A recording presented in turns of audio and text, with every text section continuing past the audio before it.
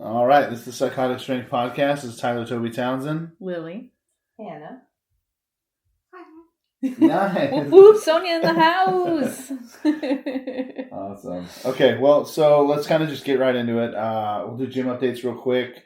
Mine is I'm lifting like a power bodybuilder. Just arms, shoulders, a little bit of that. Massive. Right, I look like a Dorito by the end of this hamstring injury. But really, I mean, I have a messed up shoulder too. So like, this just isn't fun for me. So I'm just gonna have massive biceps. They're already slipping out of most of the shirts I wear. They just tuck in. I'm not mad about it. I look good. But that's all I'm doing. How is your training go? Not great, right? It's okay. Honestly, We're at least not hitting enough 2 progress. days a week. Not enough progress. Well, you're not going to get a ton of progress on twice a week. Yeah. It's okay, though. We keep ourselves too busy with other things, I think. Yeah, always. We're always too busy. All the time. But yeah, she hit 90%, what, yesterday or the day before? Yeah, For a set I of think 3. it was 95. 95%? I don't know. No, 90%. You're right. That's what it would have been. But it went out really smooth. So It went really well. We've been working on the push press, and it's a big thing when people don't quite understand how to do them correctly. Because they're like, oh, dip and press. And I'm like, but be connected to the bar, let your legs throw and catch midair and push through. Like, it's hard. People don't get it. It's like my push press where you kind of, it's in slow motion. Yeah, there we go. Yeah. How's your gym going? Gym update. I'm trying to get there 3 days a week. Okay. My Saturdays are consistent. It's my usual glute day. I'm not training a whole lot of strongman stuff. I'm training like a bodybuilder too. And you got a whole day for the booty? I've got a whole booty day. A whole booty day. Yeah, I make mom do it too. Yeah. That's the day that the circuit class runs, and Sonya does the circuit class. So. Nice. I didn't get that this morning. Yep. You did that this morning. Yeah. I'm Nice. gonna talk to him. Yep. She knows all her circuit people. Yeah, Wanted to come in. Antoinette definitely has been trying to do the gym too. Yeah. And all she wants is core. And I'm like, I will ruin your core. That's fine. You know? Oh, yeah. But she just doesn't want to get too big, this and that, right? Like it's all that silly trying to work out girl stuff that most women are hit with, right? I want to look like a man. Well, then don't take steroids. You'll be fine. Yeah. You know? don't train for 3+ years like a bodybuilder. Yeah. It's pretty easy, you know? Yeah. I mean, but she was in wrestling class this morning, and she got flipped over, or she flipped over or something, and her stomach came out. She had little abs, and I'm like, whoa, cool. Yeah. Yeah. Can't relate. Never had those. I know, right? I have them, but they're fat boy abs. I want to go see the cats. I want to drop the stone off. Nice. Yeah. Miriam's All the cats? I had Oh, to take the yeah. suburban that way. Yeah. I'm going to take the car that way because the stone is going to roll. Yeah. Yeah, stones roll. They They really do. They do that. I tried to keep it home. So, you're doing strongman. What got you into lifting and all that stuff? Yeah. So my sister started going to the gym when she was 18, which is like Okay. 14 years ago. Is she older or younger than you? She's 4 years older than me. Okay. Almost 4 years older than me. And about 3 years ago, she said, I want to compete. I want to go on stage. I want to do bodybuilding. I want to do a bikini. So at the time, we were working the same job. So we had the same schedule. So I'd meet her at the gym at 3:30 in the morning. She had her whole routine. My buddy would also meet us there, and he was teaching me how to do the gym because I had never stepped foot in a gym until 3 years ago. Wow. Really? Yeah. And so because I was training with him and he trained for strength, I kept training for strength. Yeah. And, I started watching the competitions, watching the bodybuilding. I remember doing the pay-per-view for the Shot Classic just because something to watch. Yeah. And that got me to following all the strongmen. Sturge he was from Kamikaze originally. He was there at the Shot Classic. And then right after that Shot Classic is when he moved up here, or further up here in Washington to train. So he's going to Dungeon now, isn't he? He's at Dungeon Strength now. And my sister trains out at Kamikaze. Oh, So cool. she competed for the first time in 2024 and doing bikini. She's going to compete again in a week. She kept doing that, and I went towards strongman. I thought, that looks more fun. Yeah. So I was maybe 5 weeks postpartum for my first surrogacy, and I had seen Oregon's Strongest Man was being advertised at Kamikaze, and I had posted it to my story saying, someday I'll get to this. Yeah. And another member from that gym had messaged me and said, you're already there. You're already strong enough. You should sign up and do it. And I'm sitting there going, but I'm 5 weeks postpartum. Yeah. And I still ended up signing up and going to it 10 weeks postpartum. And there was only 2 of us in our novice class. So that was, it was easy that it was just the 2 of us. I didn't have to really do much. I set the bar and she jumped over it. Okay. But we both failed the overhead lift. We both did great with everything after that. And then I thought, okay, well, now I'll just keep training. Come around to July, did the Canyon Clash, first one, and then kind of did this waiting game because I was going to do a second surrogacy, which is the one I'm on now. And so I always signed up last minute for my competition. So I signed up last minute for the Canyon Clash, signed up last minute for the Jurassic. Yeah. Didn't have time to sign up for the Ugly Sweater. Yeah. Still went and watched, but yeah, so it was just, I had that encouragement to go and do that one and just kept going. It's hard to stop. It's hard to stop. Yeah, it is. It's like, so what's much the next fun. one? Yeah. Yeah. I mean, I think we've seen that with Miriam in the group. Oh, yeah. Like, she did her first, and then she signed up for like 5. Yeah. And just like, whoa. Oh, yeah. But, yeah. Yeah. Is there heavy stuff in it? No. Heavy enough? Here. Maybe. There you go. Let's see. You want to put that into that? Will that hold it? Yeah, it's addictive. It really is. I mean, I did the same thing, so like as soon as I did my first competition, I did 8 in a year. Yeah. And like a couple of them were like 2 weeks apart. It was horrible, but it really it taught me, especially now that I coach, right? Like I tell everybody, compete. Yeah.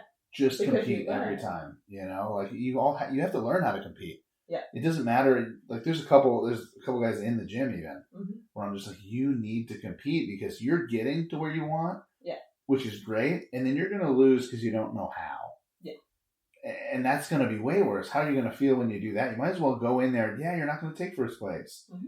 But, well, I want first place. Well, you're probably still going to lose if you get to where you're at.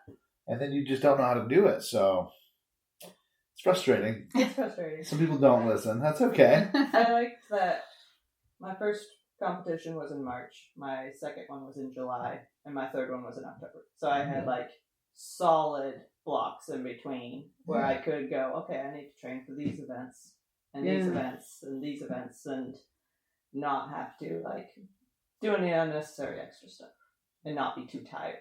Yeah. I was paying attention to what days they fall on. It's this will work out if I go on this day. Yeah. It was insane. It was addictive as a spectator too. Mm-hmm. Being first introduced to it, obviously through him, and finally getting to go see him compete, and then meeting more people in the community and just seeing what it was really about. Yeah. I was definitely so surprised how encouraging everybody is. I don't know why I wasn't expecting that, but I wasn't. I don't have a lot of athletic background, but what I do have was very every man for himself kind of mentality. I was in ballet in high school. Yeah. So yeah, I don't know. It was super fun to see all these big burly men cheering each other on and stuff and being so sweet. And it's funny, the more friends you make, the more you want to just go to these competitions. Well, now I know 8 people here. Yeah. I have someone to cheer for the whole time. Yeah. You know? It's awesome. It was crazy, going from seeing you the first time to now watching Miriam and Kai at Nationals. Yeah. And I was screaming. I was exhausted by the end of the day and I wasn't even competing. Yeah. You're just there just so excited. I was so on Yeah. But no, it's funny because I did ballet for 6 years. Really? Yeah. From 6 till 12. Wow. And then the first competition I ever watched in person was your guys' competition, and it was a February. Oh, the showdown. Showdown, and that was before I competed because I wanted to see one in person. No way. And it was the one that Did you know she Inez was was judging. No, I didn't know anybody. It was the Hammers, right? Yeah. Yeah. So No way. Inez was judging. Yeah. I vaguely remember seeing Casey there, Mhm. Yeah, she was just there. spectator, and it's like, so all these people, I remember them from every competition from there on. It's like, That is so cool. Okay. And then you just keep following. It's like, oh yeah, this community is really small. Yeah. Small and big all in the same. Yeah. Well, it's so tight knit is really what it is. I mean, we could text somebody. I could just travel wherever I'm going and be like, who's got a gym in this area? And they'll be like, oh, you can come in for free. Like, just see what's going on. And it's really cool. I mean, Inez ended up being really cool. It does suck meeting, like, even Lisi's. Yeah. It sucks meeting, like, famous-ish people and being like, please don't suck. Oh, yeah. But they've all been cool. I've definitely experienced that because it's like I'm getting told this guy won this competition and he's got this world record and this world record, and then you meet him and you talk to him for 20 minutes and you're going, oh God, Yeah. you are a terrible person. Yeah. You suck. I don't need to know you. Yeah. I started meeting those people where I was working out at Golden Age, and they got some semi-famous people in there. Mm-hmm. But I had already been working out there quite some time, and when this guy came in, I didn't know that. I just went up to introduce myself, and he was a fucking prick. Oh. Him and his girlfriend were just horrible people. And it turned out, like, then later I find out they're famous, and that set the standard for me. Mm-hmm. Like, oh, you start to get famous, and you just like, I'm not coming to talk to you because I'm enamored. Yeah. Right? I'm coming up. You're picking heavy weight up. We're in the same gym. Like, I introduce myself to just about everybody. Yeah. And I think that's like the big thing that stuck with me watching my sister compete with the bikini was the bodybuilders aren't very nice. Yes. And I don't mean that like all of them. Right. But I mean like the few I talked to while watching her compete, including the trainer she had at the time, just rude asshole people. Yeah. And it's like you go to a strongman competition and everyone's cheering for everybody. Yeah. They don't know you. Yeah. They're still like, oh, you're gonna get it. You know? There's no competitive nature in their head that says, oh, I hate you just because you're here. Yeah. Yeah. You know? Yeah. Well, there's a thing too where I realized immediately as soon as I started competing was I want to beat you at your best. Yeah. So I want you to get that. I want you to push me harder. I want to get stronger and do all this other stuff. So why would I be like, you suck? Right? In the back of my mind, I'm just like, I hope you get this. I mean, I still want to win, but like, just, I don't think I've ever been to one where I'm just like, well, there's been a few where I'm like, that guy. Yeah. Right? Yeah. But at the same time, I'm never like, I hope you lose or you get injured or something like that. Yeah. And I think bodybuilders are very, it takes a certain type of person most of the time, again, not all, right? To be a bodybuilder. They're very egotistical, look-based, all that other stuff. Yeah. And hungry. And hungry. They're so hungry. Hangry. They're so tired, so cold, and so hungry. And they just look so sad. Yeah. And then they're happy as can be that whole week following the competition. Yeah, because they're eating again. Yeah. It's like they've done the competition, they've gotten their results, and they're happy. And it's like... Well, everyone used to laugh at me because I would show up to... Most of the time, I have a full baguette of French bread when I compete. And I'm not even ripping pieces off. I'm taking bites of this damn thing. The whole competition. I'm a super heavy most of the time. Yeah. And then one time I showed up with an entire... what are those bunt cakes? Like the one with the hole in the middle? And like I'm standing there just eating it during rules, and people are like, "What are you doing? I'm a super heavyweight. Get out of my face!" What does it matter? I didn't have to cut weight to be in this beastie. Like this. It makes me. I feel like bad, and it makes me feel funny at the same time. I'll be sitting at the table in the gym right when I get there, and I'm usually eating breakfast right when I get to the gym, and I'm like watching all the people that I know are working out trying to lose weight, but I'm sitting there eating, and then. Like yesterday, I did deadlifts and back day, and I had my chicken bake sitting on the box next to me, and I was eating it in between sets. One of the other powerlifters comes in, and she's like, "So that's your like intro workout, snack, right?" And I was like, "Yeah." And it's like it's because this is what I do at work, and I'm at work, and I work labor. I'm eating first thing in the morning while I'm working, so it's just the same thing in the gym. Just I'm eating while I'm working. Well, when I was taking it crazy serious, talking 8 to 10,000 calories a day, going hard, right? I have to eat every hour. Yep. I also need like a protein shake every half hour. Yep. Gym session takes 3. Mm-hmm. So yeah, I'm in there just in between sets trying to pound this food and lift at the same time. Yeah. I'm just not having a good time. Insane. No. I felt so disgusting. Oh yeah. Yeah. Oh, I think that eating is the hard part. People, the cutting is really hard for the bodybuilders, but I think the bulking is almost harder for everyone because you're just full all the time. Yeah. And then you're sitting there eating, going, I don't want to finish this. Yeah. Well, it's funny because everyone's just like, oh, you gotta do 10,000 calories. Mm-hmm. Well, when you start doing it, I always say I was eating 8 to 10 because good luck on a 10,000 day, the following getting another 10 in. Yeah. I wake up and I'm already sick, but I have to eat this whole meal. Yeah. And it's not like a little bit of food either. This is like the whole plate is covered. This is a whole meal. Yeah, every time. This is a dinner for some people who eat. Yeah. People who eat, not the half little portions today. There was a Mongolian spot up the street which shut down, and they would get pissed, and I'd come there all the time. But I'm talking, I would go up to the guy. You get your bowls, 3 bowls, and it's just all meat.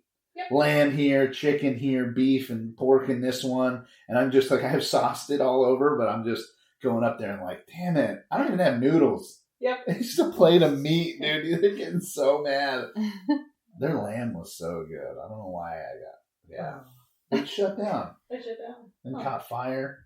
Oh, no. And then now it's torn down. I'm sure homeless were in there doing their thing. And you're just still here sitting thinking about it all the time. I would still every go time there. we drive by. Yeah, every time we drive, it's right up the road. Yeah. It makes me sad that it's gone. I have that about there used to be a barbecue truck in our little food truck place out there in Malala, and he's not there anymore, but I think about it all the time. Like, I miss that big plate of all the barbecue foods that he had, and he had like a spicy pineapple coleslaw. Ooh, that's like interesting. I can't find this anywhere. I always, I love hot links, right? They hurt me on the inside and out. Oh, yeah. Right? It hurts. Yeah. But the first time I had it was like in Texas, and it was, they sliced up these hot links, and then the barbecue sauce was super duper sweet. Yeah. And then they just put it in a piece of white bread. And I'm like, this is insane. And I just want it so bad again. It's just pure acid. Yeah. Fighting your esophagus. Yeah. And everything else. Yeah. It comes out. It burns on the way out too. But it was interesting. I love, those are the things you think about all the time. Yeah. I love food. Oh, yeah. And you think about the places that don't exist anymore, and you're like, how am I going to find this again? COVID took a lot of spots out. Yeah. That's what happened to Gobi. But, yeah. Okay, so that was your start, which is 3 years ago, which is crazy to me. Yeah. You're doing the surrogacy that was mentioned slightly. Mm-hmm. What brought that up?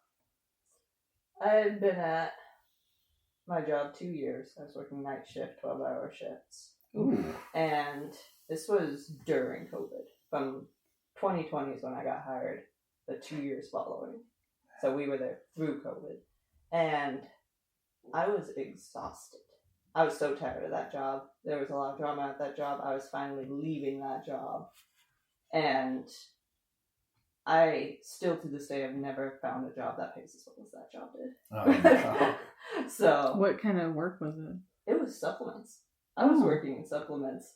So were you mixing or? Oh, okay. I was mixing. I was in the blending department. So I was lifting all the big boxes and the 100-pound barrels of material. When we say supplements, we mean like legal stuff? Like legal dietary stuff. Right, like when you go into Fred Meyer's and you see Nature Made and Now and all these brands, all those brands are made by the same company. Uh-huh. It's just they're owned by their own little companies and they're outsourcing the making of it to this big company that's out of Atlas. Yeah. I worked for a bakery that it was the same thing. All they did is bake whatever recipe you wanted, and then we would mass produce it and send it out, freeze it, and all that other crap. So, And if you sat there and you did the math, and you know that probiotics sell for basically $1 a capsule, and we made 230,000 of those capsules every hour. And we made, 20 something an hour doing it. It's one of those where you sit there and you're going, huh, why don't we get paid so little? Yeah, that's crazy. But that company went corporate. The guy was the original owner for 20 something years, and he sold that company to a massive corporation for like $150 million. And everything changed once he sold it. We stopped doing 12-hour shifts. They went back to a Monday through Friday 8-hour shift. 14 people quit within a month, and I was one of them. Damn. I was like, I'm done here. But yeah, so coming out of COVID, and cost of living goes up. Yeah. But the starting wages everywhere stayed the same. So it's just, I'm a single parent. I'm helping take care of my mom. Yeah. I gotta do something. Surrogacy's always been in the back of my mind because I had a friend in high school ask me if I would ever carry for him because he's gay and he knew he wanted kids eventually. And I had always told him, yes, we're not really friends anymore, but that was always in the back of my mind. I thought, yeah, I would. So that was good. Surrogacy was getting advertised a lot. Yeah. And I thought, it's always been in the back of my mind, why not? So applied, signed with the agency, got through legal contract with parents, and easy pregnancy, easy birth, and now it's round 2. Round 2. Yeah. Wow. It's, it's great for me. It lets me be home more. Yeah. Because I don't have to, financially it helps me, so I get to actually hang out with my child. This is sesame seed. Yep, and the baby's the size of a sesame seed. I tried. Yeah. Yep. I tried. So do you get like maternity leave and all that other stuff from your job and everything? My current job, I haven't been out a full year yet, but I will be in October, and if I did that, then yes, I would take maternity leave from them, and that's because for them it's at the year mark. Yeah. And so it does still apply, even though I won't have the baby at home. I still get to take recover too. Yeah, I still get recovery time. Yeah. That's awesome. Yeah. So it's good benefits. Yeah, it all works out. Oh, you're resting. I don't think you're gonna be able to. Yep, no working out. No. This I'm first gonna have to couple do weeks. swim. Yeah, she just She'll have to have work to out take for grandma. us. Yeah. Yeah, I think last She's time, gonna keep you in line. Yeah. Yeah. Last time I managed to stay out of the gym for all of 2 weeks. Oh my god. I went back and started, doing arms and stuff, and I was like, I need to go. I'm having a hard time too, man. Yeah. It's just and like especially like this Sunday, I got Drew and Klaus. Yeah. I went and got Drew. Have you met Drew Ward I yet? don't think I met you Well, yet. he's got his USS Pro card, which is pretty cool. I mean, in all honesty, the USS as a federation, having a pro card there doesn't do much, right, for your sport or whatever. But at the same time, it's not like it gets you an invite or whatever. But he earned that, and he's a really cool dude. He was actually announcing at the Showdown this year. Okay. He was over there with Albie. Yeah. And I like that a lot because Albie gets a little silly sometimes, and Drew's a little more serious. Yeah. Yeah, it was It's a cool. good combo. Yeah. I think I was like getting ready to fly back during that, and I was like watching and listening to them. these boys. Yeah. Yeah. That's funny too because I didn't hear any of it. Oh yeah. Like I mean, like same thing with the podcast. Yeah. I don't listen afterwards. I was there. You know, I'm definitely one of those people where like I don't take a ton of pictures because I'm like I'm here. You're busy. Yeah. Well, I like the moment too. Like if I have time for pictures, I don't want to waste a moment doing that sometimes. And it's she loves pictures, but she's got that artist mentality. So like capturing a moment the right way too. Yeah. I think for me it's I don't have a ton of pictures of my childhood. Yeah. So I take pictures of everything. Interesting. Okay. Yeah. So it's like I've got tons of pictures of her. I've got tons of pictures of all my stuff. It's like and your wieners. And my wieners. And your wieners. My 26-pound wiener. Yeah. What got you into those?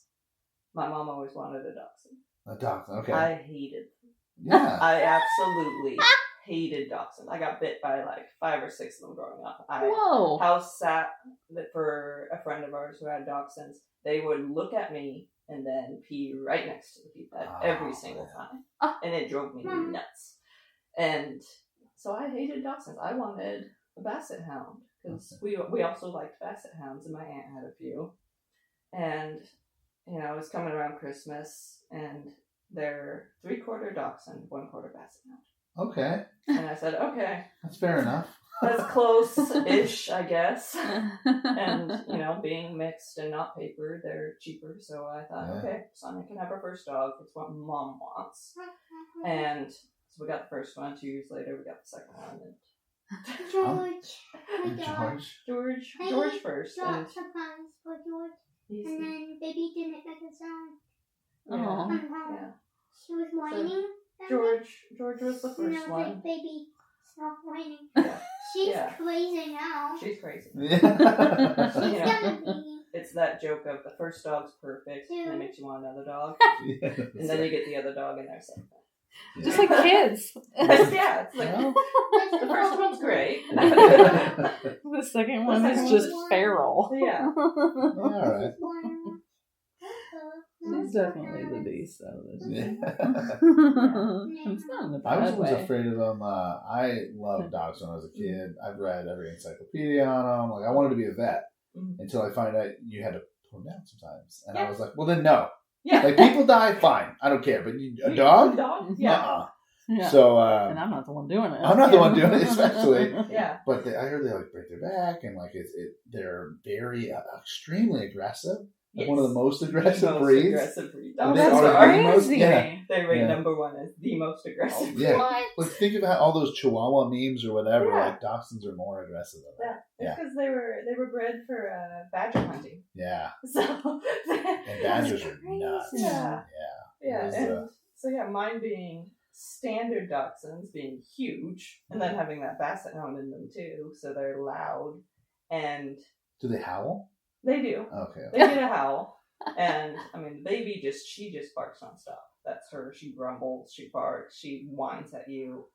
My boy doesn't do that as much, but like I'll walk through the door, he runs and grabs his toy's in his mouth. He lets out this howl with the toy in his mouth every time I get home. That's his thing. But he's very that toy is his whole life. He wants you to throw that toy. We're playing fetch 24/7 with that dog. Oh Baby my does God. not care. She will not chase it. She will not bring it back. She does not care about the toy. But that is Georgie's whole life. Yeah. Yeah. My dog will do sticks. Yeah. And there's something not okay in his brain, something's off. right? So like, we had to get surgery when he was like 6 months old because he doesn't swallow or he doesn't chew. Is the issue. So like even his food or whatever, he just swallows. So he was doing that with socks and rocks and like all this other shit. And even now to this day, he'll get sick because he doesn't just like chew sticks. He's eating them. And I'm like, dude, you got it. His mouth is just covered in blood. Like he's just eating it. He doesn't care. And I'm like, you are not the brightest thing. I see videos all the time of dachshunds having to have the surgery to get like underwear and socks removed from their stomach because they will drag them out and eat them. And I'm like, I worry about mine because if I get them a soft toy, they shred it. Yeah. Absolutely shred it. Skin's coming off, fuzz is coming out. I'm like, I hope they're not completely eating that. Yeah. So I try to avoid it, but it's common. Dogs just eat going out constantly. Yeah. I have a cat going out.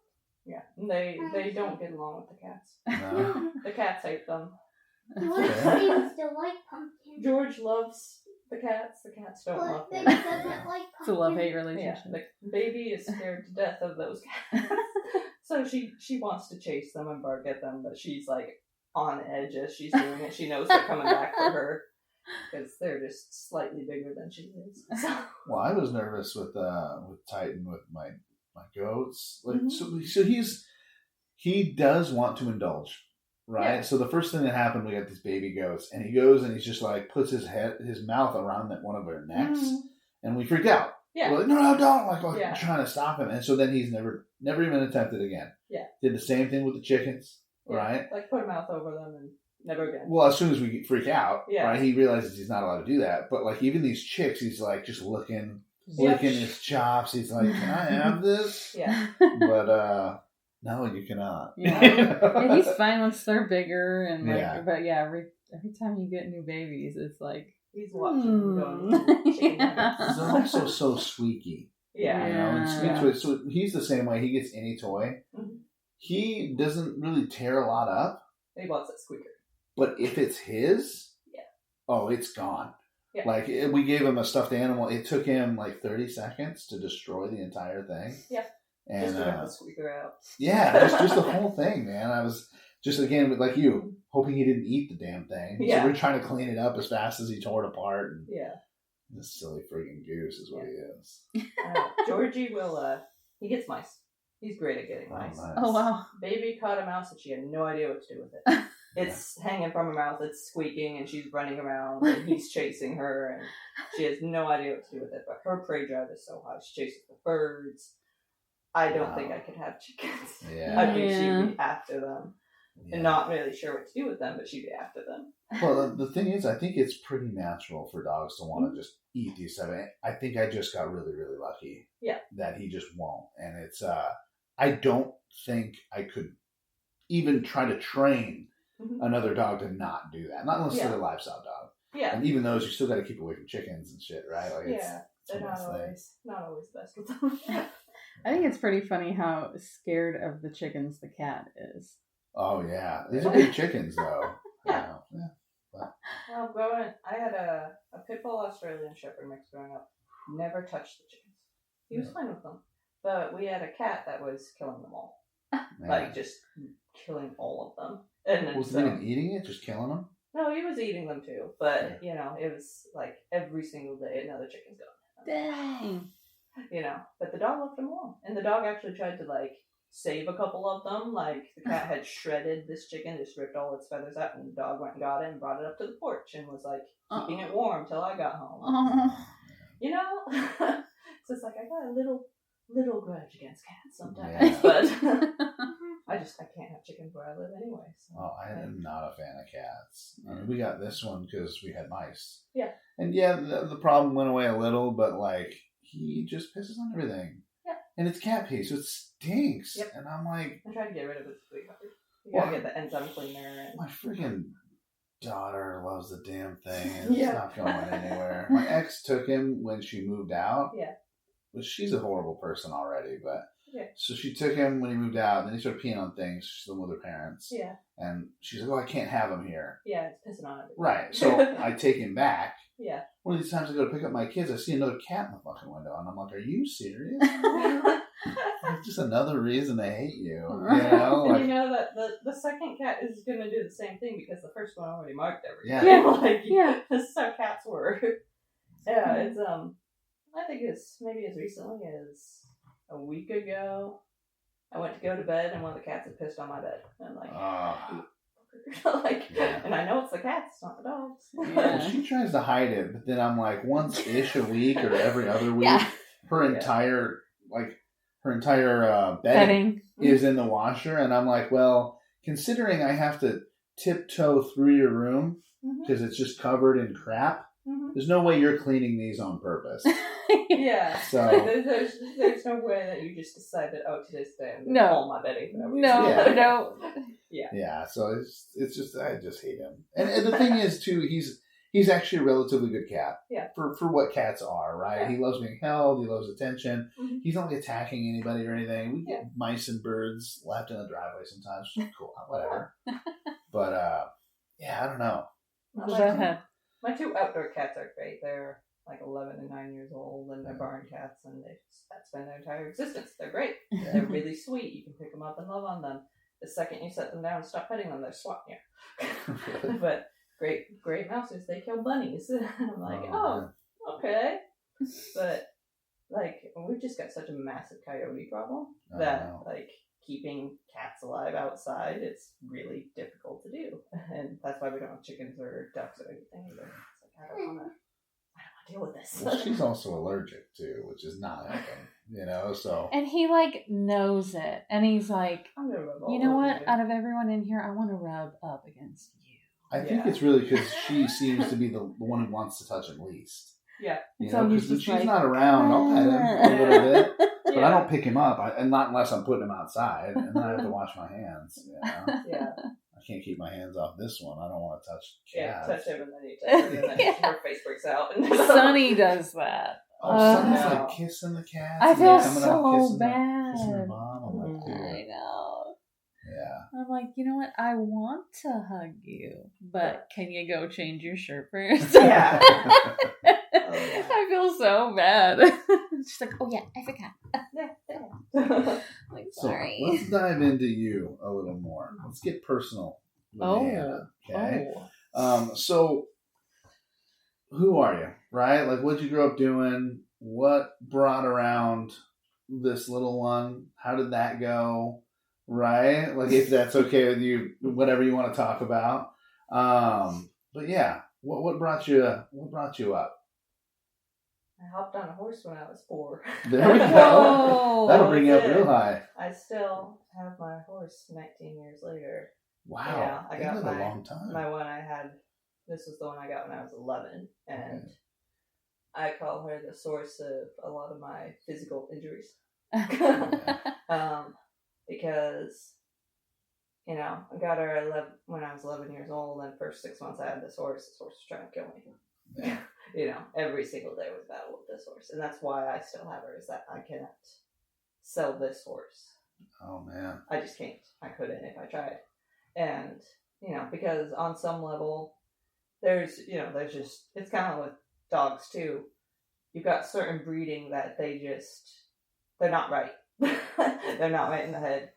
And a lot of the relatives of my horse got put down for behavior. Yeah. They're dangerous. Can't keep them alive. I still have her 19 years later, but, you know, I'm in it till the end. That's my horse. And only time that I've ever been kicked by this horse was after she had her baby. Kicked me straight in the side of the leg. Oh. A couple of my concussions. I've had 6 concussions in my life. Jeez. A couple of them were from her. Oh my Throwing God. him, And or- it's just like I'm going to put her feet in her stall. She swings her head over, smacks me across the back of the head. Just Oh, Wow. man. dumb things. I had fallen off of her out in the field. I kind of did this roll off the side of her. Her knee hit the back of my head. I landed on my side, just smacked the shit out of my right side. Oh, no. And yeah, so just lots of little injuries here and there. And, you know, kept working with them. I've worked with horses my entire life, and I've had them rear up and drag me, and that's how I injured my shoulder. And I went to start riding her horse. Yeah. Her horse is my horse's daughter, and she's 7 years old now. I was getting through the first ride on her. She spooked at something. I quickly swung my leg up and landed on the ground. Felt this pop in my knee. Oh, no. And it turned out to be my quad tendon. Oh, no. So it's like little dumb things with horses. That's all my injuries. But yeah, I've kept working with them, kept riding, and it's one of those things that you just don't shake. Yeah. You know, once you have them, especially starting when you're young, you don't shake horses. Like, that stays in your life. Even, you might take breaks. Like, I've taken breaks from working with them. Always somehow end up back in with them. Yeah. I can't help it. Well, I absolutely love riding horses, but it is one of those things for me. It's like, it's kind of like the ocean, right? Yeah, it's cool, but you better give it the respect it needs, right? Yep. This animal is massive. Mm-hmm. I even wrote it was a contest Clydesdale. Yeah. For pulling, right? So this thing is just Those jacked. ones are It's built so massive. huge. And he's like, yeah, just go ahead and ride in. Like, just take him over here. And I'm like, he went where he wanted. Yep. That's all. Like, there's Yeah. no making him do anything. Yeah. And it was frightening because I was like, okay, well, then let's go. And I kicked him a little. Yeah. And then he took off. And I'm thinking, That's this awesome. big ass horse, I don't think you're going to go that fast. But Oh, they my- go. I was frightened, genuinely frightened. I'm just like, just hold on and don't die, Yeah. you know? Yeah, So- because it's a long way down from those ones. oh, too. yeah. It was way up there. We had to get he didn't have a ladder. He had like steps. Yeah. To get on the damn thing. And it was, Yeah. luckily that it was old enough and trained well enough. It did just kind of do a lap and come back. Yeah. But still, dude, I was like, Yeah. if he just wanted to keep going, he could. I'd just be dead. You know, just I'd die on his back eventually because I'm not falling off. You're not getting me off of you, but you ain't stopping. Yeah, you're just gonna go forever. Have you experienced like the like therapy? Like, don't they have like equine They do therapy, equine right? therapy, yeah. So, like, do you If it's have you had that just experience? Me and the horses, which Yeah. is how I prefer it to be. Whenever I go back into working with the horses, I like to do the stall cleaning and the feeding and the foaling out with the babies. I like to do that side. Mm-hmm. And I like to do it early in the morning before any clients walk in that barn because the clients ruin it. Yeah. It's like, I want to be alone with the horses. I don't want to deal with the horse people. And the horse people ruin it every single time I go back to work with them. I'm like, I don't want to be around you people. Yeah. Well, they're super expensive. They are super expensive. You know, and it used to be like, you could buy a decent horse for a couple $1,000. These horses are selling in the $50,000 and $60,000 range now. Wow. And you could find a decent horse for $10,000 to $15,000, but it's not going to be this competition horse that's $30,000, $40,000, $50,000. Yeah. And you know, there was the one that dislocated my shoulder. They imported her for $660,000 Wow. from like Switzerland, Oh my and God. got her all the way here, fully paid for. Did a vet check on her. She had something wrong with her foot. She's permanently lame. She will never compete Oh. again. Was that from getting her here? Or did No. it kind of get tricked? No, it's a genetic condition. Oh. Yeah, and it's one that like my horse has. Like the breeding, we've just bred horses so poorly that they've got this condition in their hoof where it starts to mineralize in a spot where it shouldn't, and it just their tendon gets stuck, and they just can't move that foot, and it just ruins them. Wow. And it's like, this horse was doing 6-foot jumps. She was a beast of a horse. And despite all that, she was horrible on the ground to deal with. And I think a lot of it was just she's in pain. You know, Yeah. and when horses are in pain, that's when they become just awful to deal with. You know, I met one that, I love this horse. I have a beautiful picture of him and Sonya. You couldn't touch him on one of his shoulders because he had broke that shoulder. So that shoulder always hurt him. And he would snap at you, he'd bite at you and kick at you. And he was a great horse, easy to ride, but you could tell he was in pain. And it made him dangerous. That's crazy. Sad. The amount they sell these horses for is insane. That to is me. nuts. And I just, in the back of my mind, I always think like, all it takes is one misstep, or if they eat the wrong food, and this horse is dead. Jeez. It's wild. It's absolutely wild to me. Like getting into that, there was a colt that sold in the racing field, sold for $10.5 million. Oh. Wow. He's just a colt. He hasn't really raced yet, but they're selling him for $10.5 million because he might be the next one. Yeah. You know? That's but crazy. like I said, all it takes is one bad day out in the field, and he's done. Yeah. So it's crazy to me, but at the same time, it's like I'm not selling mine. So Well, you see those videos of like horses being silly or whatever. Mm-hmm. Like I've seen one run and it didn't realize this was a hill and it ended at the top mm-hmm. and just eats mad shit at the bottom, Oh, right? yeah. Like they just fell over. But I'm like, that could have just ruined this horse forever because they're all legs. Oh, you know what else I found out? Horse front legs. Our fingers. Our fingers. What's that about? Like What? they're standing like this. Yeah, you look at their anatomy and their bones. It's like when you look at whale bones and you go, "Oh, they're kind of shaped like us," and it's like, yeah, horses are like this. Our fingers. It's crazy. That's Just funny. giant strength fingers. Yep. And there's not a lot of meat on those. Like Yeah. you feel their legs and you feel just skin and bone and tendons. So there's no muscle from the knee down. Isn't that crazy? Like, it's so much to carry. On these little Yeah, what? little legs. That's why they generally 99% of the time get put down if they break a leg. Like there's no Yeah. fixing that. They're too heavy. They need all 4 legs to function. Huh. And you know, it's really sad when it happens. I had leased my horse out, and I was out there, it was dark, and they said, hey, this horse won't come in, will you come look at her? And I grabbed her back leg, and it just swung. And you could tell she had broken in the upper part of her back leg. It was hanging on by the tendon. And she would not walk. She would not move from that spot. I was like, she's going to get put down right here because there's nothing you can do.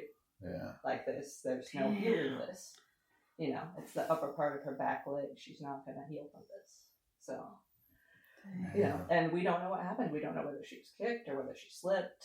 We went out there. She had a broken leg. And you deal with it as you deal with it. But, you know, not an old horse.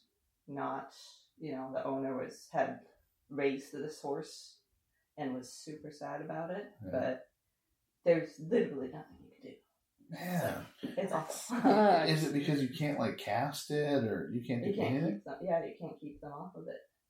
So they need the way their circulation works. They have to be able to step on those feet and pump that blood back up through their legs.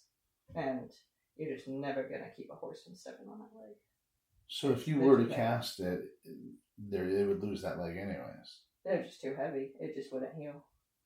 They keep trying to walk on it. They'd still be in pain. They keep refracturing.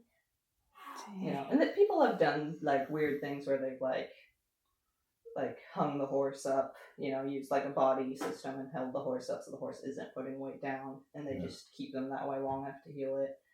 But they never really have a full like healthy life after that injury. Like they tried to I think it was Barbaro, one of the racehorses that ran.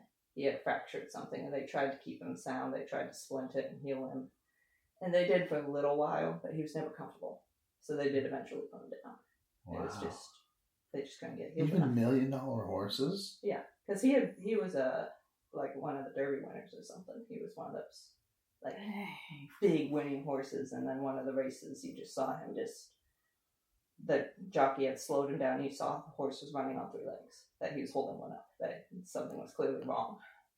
And he could run on 3 legs? When they're at that speed and they're coming back down. Oh, okay. But, you know, eventually they're not going to be able to hold that leg up anymore.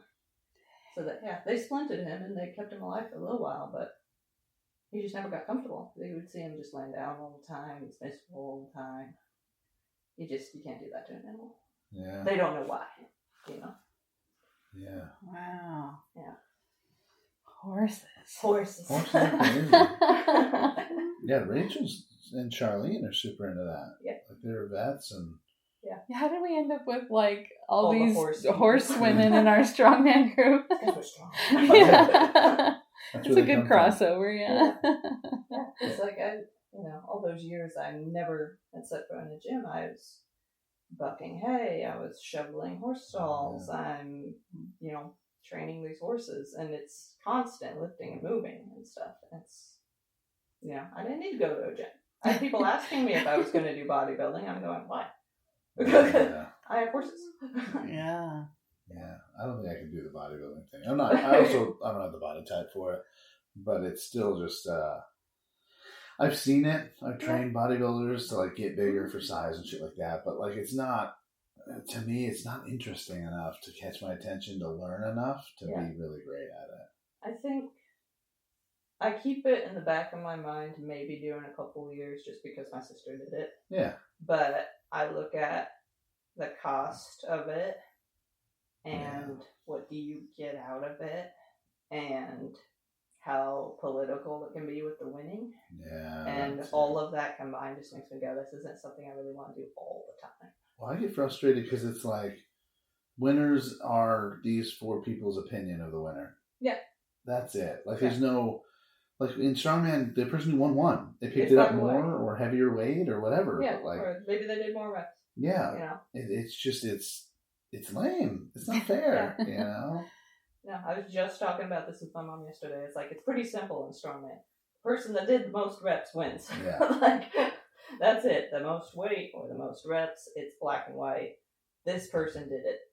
And in bodybuilding, it's not black and white. Yeah. It's this person, maybe the judge was at this angle looking at them and went, oh, that's not good enough.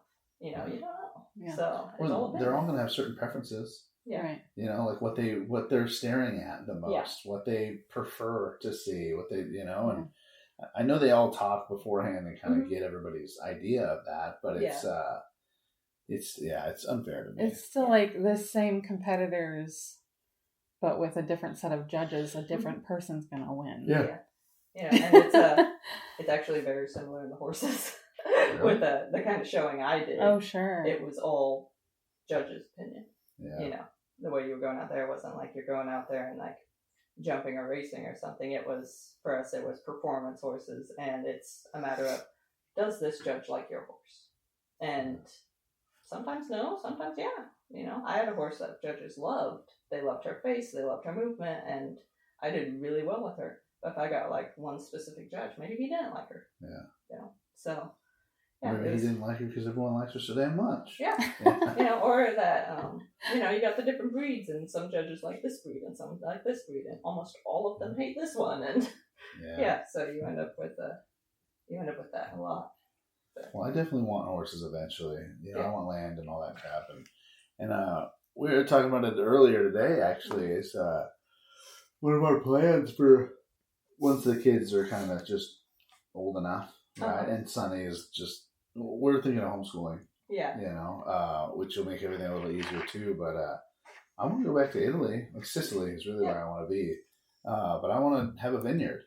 Mm-hmm. But like, we don't drink. I want to do balsamic vinegar. You know? But I want horses. I want goats. I want animals. I love animals, man. Chickens. I'm a chicken lady now. This is who I am. It's funny though, like, all women love chickens. I never saw this for myself, but there's no going back. Yeah. They're cool. I mean, I gave one of my friends, his mom chickens, and she kept with it for years. I started her on chickens, and she ran with it. And it was because I walked into her kitchen, and she had chickens all over the wall in the corner. I was like, why didn't I have any? And then I gave her some. It's like, you need some real chickens. That's funny. Yeah. I keep telling him, there's something about it that's like so much more magical to me than like cats and dogs, right? Yeah. I'm allergic, so there's that con. I can't do anything about that. Yeah. I try to put up with it, right? I willingly moved into a house with a cat and a dog. Yeah. But like, I can't engage with them. Yeah. But they want to engage with me, right? Chickens, birds in general, like, they fly away. They're skittish. They like avoid humans. And so the fact that these ones like run to me when I open the door and like I feel like this animal whisperer because the chickens like let me pick them up, and I'm just like, this is so cool. I don't know how you guys feel about the goats. I mean, you obviously have them and like them, I love but the goats, yeah. I hate goats. They're Really? stinkers. I mean, that's why I hate them too much, because they are such just mischief. Yes. Constant mischief. For like, what? Yeah. It's like, you have no reason to be getting into that or breaking out of that or jumping on that, but that's what they do. Eating that, yeah. And, you know. Or screaming at me. You know, I've worked in places where the goats break out and they're eating all of our food. And it's like, guys. And then the owner goes, oh, well, they're goats. It's like, yeah, but are you going to pay to replace that? I just can't deal with the goats. I tried out one once and it didn't go well. I'm having such a good time with them. And yeah, they're rude, like, you know, and I go in there to feed them, and they're like headbutting my thigh, and I'm like, get out of here, you know? Like, it's frustrating when they're around. Oh, yeah. But, like, they're cute, man, and they're like... And they make fun noises. Oh, fun. I don't know about fun noises, but they're screaming at us. Every time we open that door, just yelling. Yeah. There's the food people. Awesome. Yeah. I'm like, your thing is full of food right now. Why are you screaming at me? Yeah, but it's not from the fridge. You know? It's not from the source. We just had a branch fall from our pine tree, and they are going nuts. But every time we come out, they're still screaming at us for more food. I'm like, dude, look at all that pine over there. I know you love it. Yeah, I feel like my horses are the same way. All the fields, you know, it's spring, all the grass is up high. They should be out there eating it. They're still at the gate going, hey, where's our food? Where's my alfalfa at? So is that what you do for work? Not anymore. Yeah. I was until October. Okay. I was working at another horse ranch for about a year and a half. And Okay. So you were doing some Yellowstone stuff, but like horses. Yeah.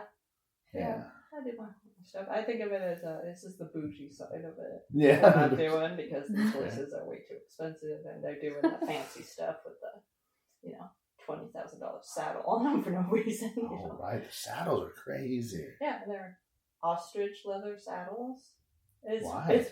I have no idea. Because when I got into horses and I was riding and showing, it was get what you could afford and make sure it looked nice. And if you had to do some work on it, you do some work on it. These people are buying these imported $20,000 saddles that are covered in silver and all these little gemstones and stuff. And Oh my god. I'm like, why? And then they go out to their 1 or 2 shows a year, and they're happy to be there. It's their whole life. So How often are they visiting these horses besides those show times? once a week. Okay. Those horses are in training with that trainer. That's her whole life is training those horses. These clients are coming out once a week to hop on for an hour. Wow. And then, they'll go to the shows, and the shows are anywhere from a day to a month long. Oh, wow. When they go to, they go up to Canada and they do those shows, they're gone for months. Wow. Because the drive up there is the one thing. You have to do all these stops on the way with the horses because they can't drive that long. And then, what do you mean? they just can't stay in the trailer that long. You need to So move they around. need to, so they How have to long make are we stops. talking? Well, think of a drive from here to Canada. Well, no, I mean, how long are we talking like they can stand? How often do you have to stop? I would not drive them more than a day. I would say at least stop once a day.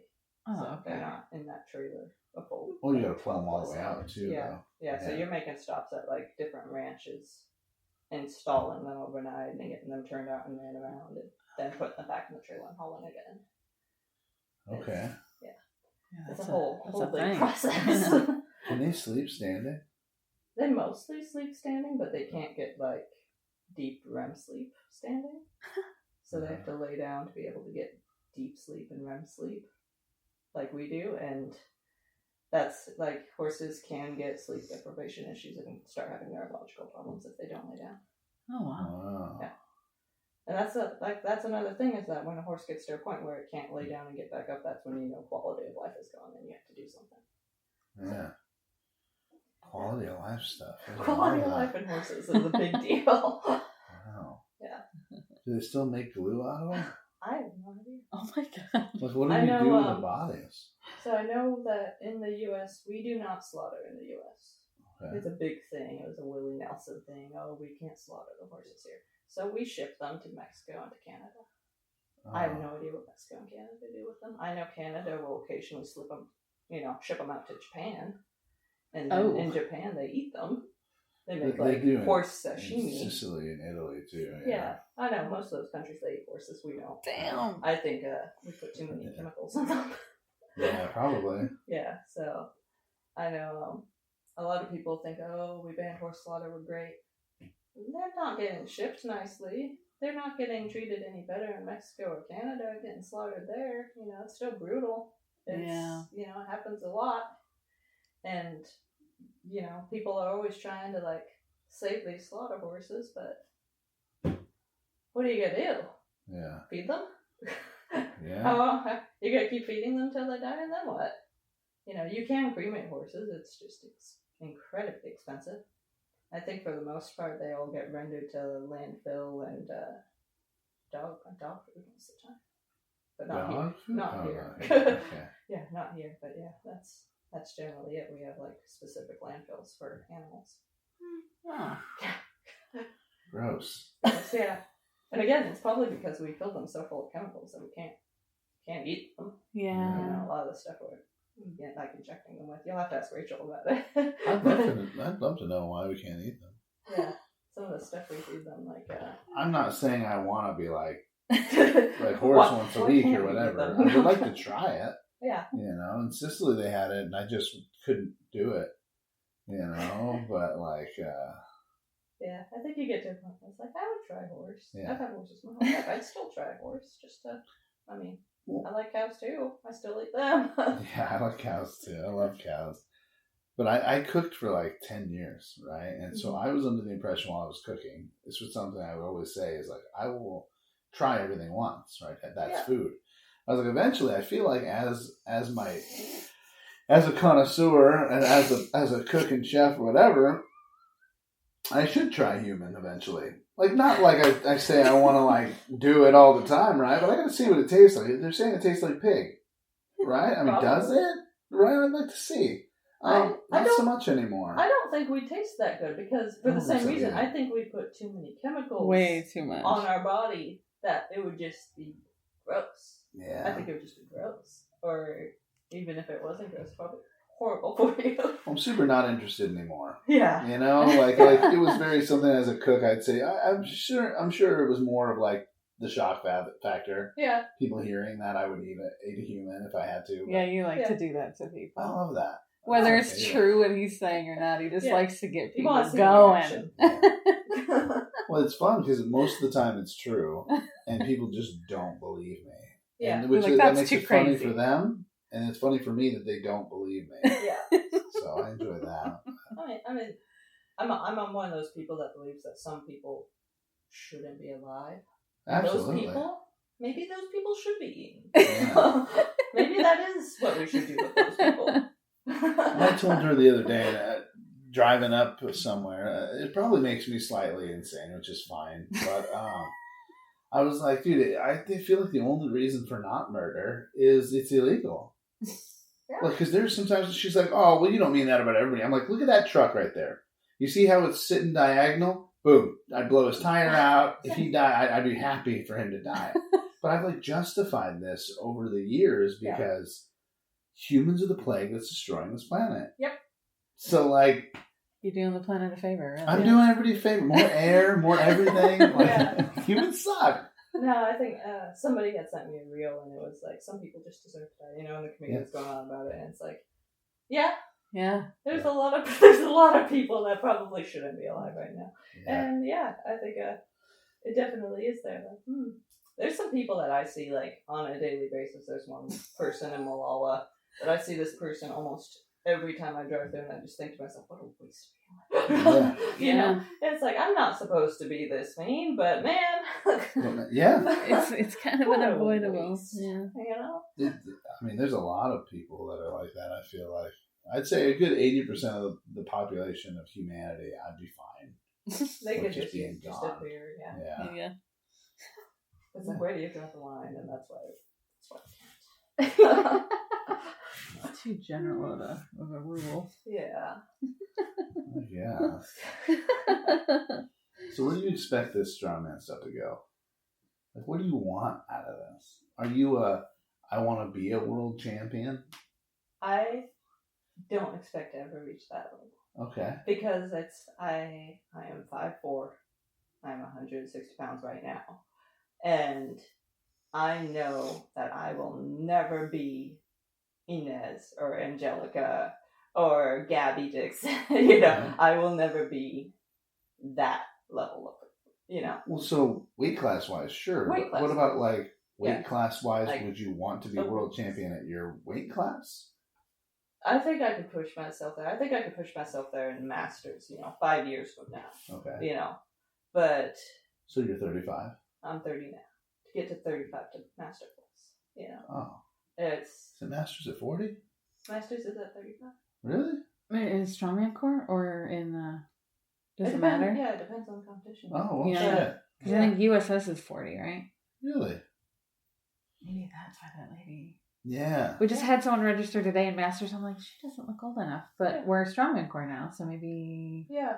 So it just depends on, which corporation federation, Okay. But, yeah, it's...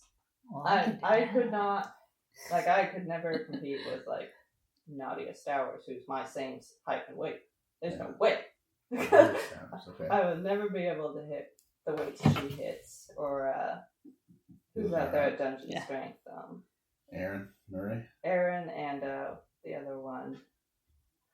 I can't think of her name right now. It's Sarah. Sarah out there at Dungeon Strength. Oh, O'Brien? I don't know if it's O'Brien, but well, there was she this chick at fucking Naturals. Yeah. At Nationals. Massive. not massive. Massively strong. She was destroying this other girl in her weight class. Like, it wasn't even funny. This girl got like 3, she got 30. I'm like, this is uneven. Not fair. Like, you're going to Worlds. I know that for damn sure. But like, and that's vipering. Yeah. That's why I say, like, I competed all novice. Yeah. And I know I'm not novice now. Yeah. And it's... Oh, wow. I know that I'm not novice because I went into the Canyon Clash, and where people were failing or only getting 3 reps, I got like 6 or 11. Yeah. You know?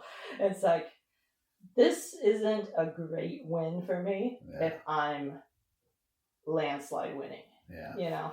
And it's like, that's where I have to sit there and go, okay, I gotta move up. I gotta push harder. And that's the same concept he was saying earlier. Like, you want to beat people at their best, not because it was easy to beat them. Yeah. That's why, like, in the Jurassic, at least, I wasn't first every single event. Yeah. I was, first in my strong events, or tied, and had like one person pass me with squats or one person pass me with the distance stuff. And it's like, this is, so I was overall came in first, but not every event. And that's a good competition. Yeah. Yeah, that's fun. Yeah. It really is. I don't want to. I mean, hey, I'm not going to be mad if I'm just the strongest dude there. If we're in open, and like that actually happened at this show, where I came in, I hurt my back, and I came in and was like, hey, I'm not competing today. And he's like, I was like, I'll help you though. And he's like, dude, I need you to compete in order for these guys to be able to go to nationals. And I was like, oh, well, fuck it. Then I'll just compete, but I'm not going to try. I didn't have anybody come and watch, nothing. Yeah. I was just there to really help. That's what I told her I was going to do. I didn't tell you until the day was over that that's what he was doing all day. Well, I didn't think I was going to, but I crushed everybody. Like, it wasn't even... Injured. Even like the Husafeld, I was like, okay, he went one whole time. I'm going to go 1.5. And I'm like, that's far enough. I'm going to put this down. Yeah. And then, like, somebody else was there, and I was like, what's your max deadlift? He's like 6, or it was like 550 or some shit. And I'm like, okay, well, you do that, and then I'm going to do more than you, and just be done. Because I'm in the 7s. Yeah. Like, this isn't even like, even a fight here. Yeah, like, why don't you do your max, and I'll do 2. Yeah. And, like, we'll just, whatever that looks like. So, that was fun-ish, right? But at the same time, I love that, like, neck and neck. Like, I have to do this in order to do it. Because even that one, I wasn't even sore afterwards. It was just like a workout. Yeah. But it's ridiculous. No. I think that's what was so fun about watching Miriam and Kai. They had to fight a little. They had to fight. And they both tied, and then they both won their tiebreaker. It was just like, oh my God. That was so hard. Yeah. Like, I've coached quite a bit, and I've never had that situation. And I was dealing with 2 at the same time. Yeah. And I'm like, how'd this happen? Well, because they both started. Miriam was doing good. And then, like, the middle of it was not so good. And then the end was good. Yeah. Right? To like, even things out. Kai was getting beat. And I was like, well, if you beat this one and you win this, like, if you win these other, then we're tied and we can do, and like, it was so rough, dude. Because each of them they tied one event and then won 2. And but the opposite 2 events. Yeah. Right? So it was, man. Yeah. Oh. Yeah. It's just exciting. It was crazy. But that tiebreaker, man, I was screaming my head off. I know. And Kai too. She's like, even on the keg carry, she's like, I need you to be mean and yell at me and like all this stuff. She's like, I'm only listening to you. I need you to be screaming at me. And I'm like, if that's what you need, man, because I'm pretty nice most of the time. And I'm just like, you can do this, But like, if you need, like, if that's what you need, I'm definitely there for that. And it's usually for dudes too that I'm a little more aggressive with. But I got the green light on that, and I was screaming at her. Oh, and I'm like, don't you dare put that down! Like, get back over here. Yeah. But she was also going 2 steps past. I tried to be nice, but it depends on who. Yeah. And like, there's one guy in my gym that he was getting ready for the ugly sweater, and he's like, I don't know if I can do this, and I was like, what do you mean you don't know if you can do this? What are you? Are you gonna be a little bitch today? Like, and I'd be sitting there in the gym telling him, no, you gotta do more. Yeah. Like, no, you're gonna get beat. You gotta do more. Like, I've seen the guys you're competing against. You gotta go heavier. You can do this, but you gotta do it. And it just really depends on the person and like, what do they need? Like, do they need soft encouragement or do they need you screaming at them? Yeah, I'm a baby. I think everybody needs kind of the same thing. It's just the way they receive it. You know what I mean? Like, so if I'm yelling at someone and they like start crying, like now I have to back off, even if that's what they needed to get this done anyways, right? So as a coach, I have to figure out where that line's at for each person. Yep. Because even for her, I'm way too nice to her all the time. It's so hard for me to be mean to her, and be like, no, you're doing more. Yeah. I've started doing it a little bit, but not like I do with my athletes, where I'm just like, they're like, oh, I don't feel like I can do that. That's nice. Go ahead and do it anyways. Yeah, because no. We're doing deep water right now. Have you heard of deep water? Uh-huh. So it's a training program I put in place in programming about once a year, maybe a year and a half during while I'm training people. But it's fucking rough. So like the first week is 70% of your max on bench, squat, deadlift, and overhead press, right? You have 4 days. So you split them between those days. It's 70% of your max of your squat, 10 sets of 10, however long it takes you. So it's 10 sets of 10 on each of these lifts on 4 different days until you're done. Yeah. Second week, you have 2-minute rest in between. So if you can't keep going, you can put it down, but your hands aren't allowed to come off the bar. So you're sitting there and you're just like, breathe a little, go ahead, but you're finishing this set. Yeah. And the third week is 1 minute in between each of your sets. And then the fourth week is the least amount of sets you can do while still completing your 100 reps. Right? So like as fast as you can get this done. And I had someone just complete it, and it was like the first week it took him an hour to finish the first one. When he finished, it was 34 minutes on like squats. Yeah. For him to get through the whole damn thing. And it just ups your capacity so high. Oh yeah. And it's just the one thing. Like I have them do core first before. I'm a huge core advocate, but like that's all they're doing today. It's 10 sets of 10. Yeah. And it's disgusting. I've done it too, and I'm like, oh my God, I hate this. Yeah. I'm very much I love my 3 to 6 reps. Yep. I want to do my 3 to 6 reps. That's usually here's 100. Especially on like main lifts, you're not going over five reps. Yeah. But on this one, it really is. As strongmen, right? Strong women too. Okay. I'll do more sets. We got to we got to have capacity because running shit, putting it down, having all that other stuff. I've also worked more into movement stuff, like a lot of the stuff I have them do is 2 things at once, right? Where you're moving into something or you're picking something up and putting it over somewhere. Yeah. We're doing like 2/3 squats. Have you ever done death by 2/3 squats? It's just a body squat, but you go from top, you hit bottom, you only come 2/3 of the way up. And you got to go back down, and you're just boom, boom, boom, boom. See, we did ballet. And I think that has a considerable effect on our ability to squat. Because I love squats, and I will sit there at the bottom of that squat forever. And doing that, it doesn't really bother me. Really? Because we did it so much. Yeah. I didn't realize, like, he's the one that pointed it out. Because I'm like, I'm not. Oh, yeah. I'm not this. I'm not a strong woman. Like, I can't do it. And he's like, you already have the base. Yeah. You have it already. Like, you have the stuff that people have to, like, work up for a year to then start doing this. And I was like, oh.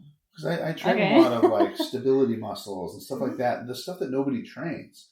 And the main reason is that's why they get hurt, right? Yep. Or that's why they drop this because it didn't go up straight and they don't have the muscle to turn, or to re-stabilize in the middle of the lift. And I like I'm very, if I see potential, I get like upset if you're not working, if you're not doing Yeah. something. So I'm like, look at these legs. Yeah. These are fantastic. Like, you know how hard people work for these legs, and you Yep. have the balance and the stability muscles built into this. So really now all we have to do is work on strength. Yep.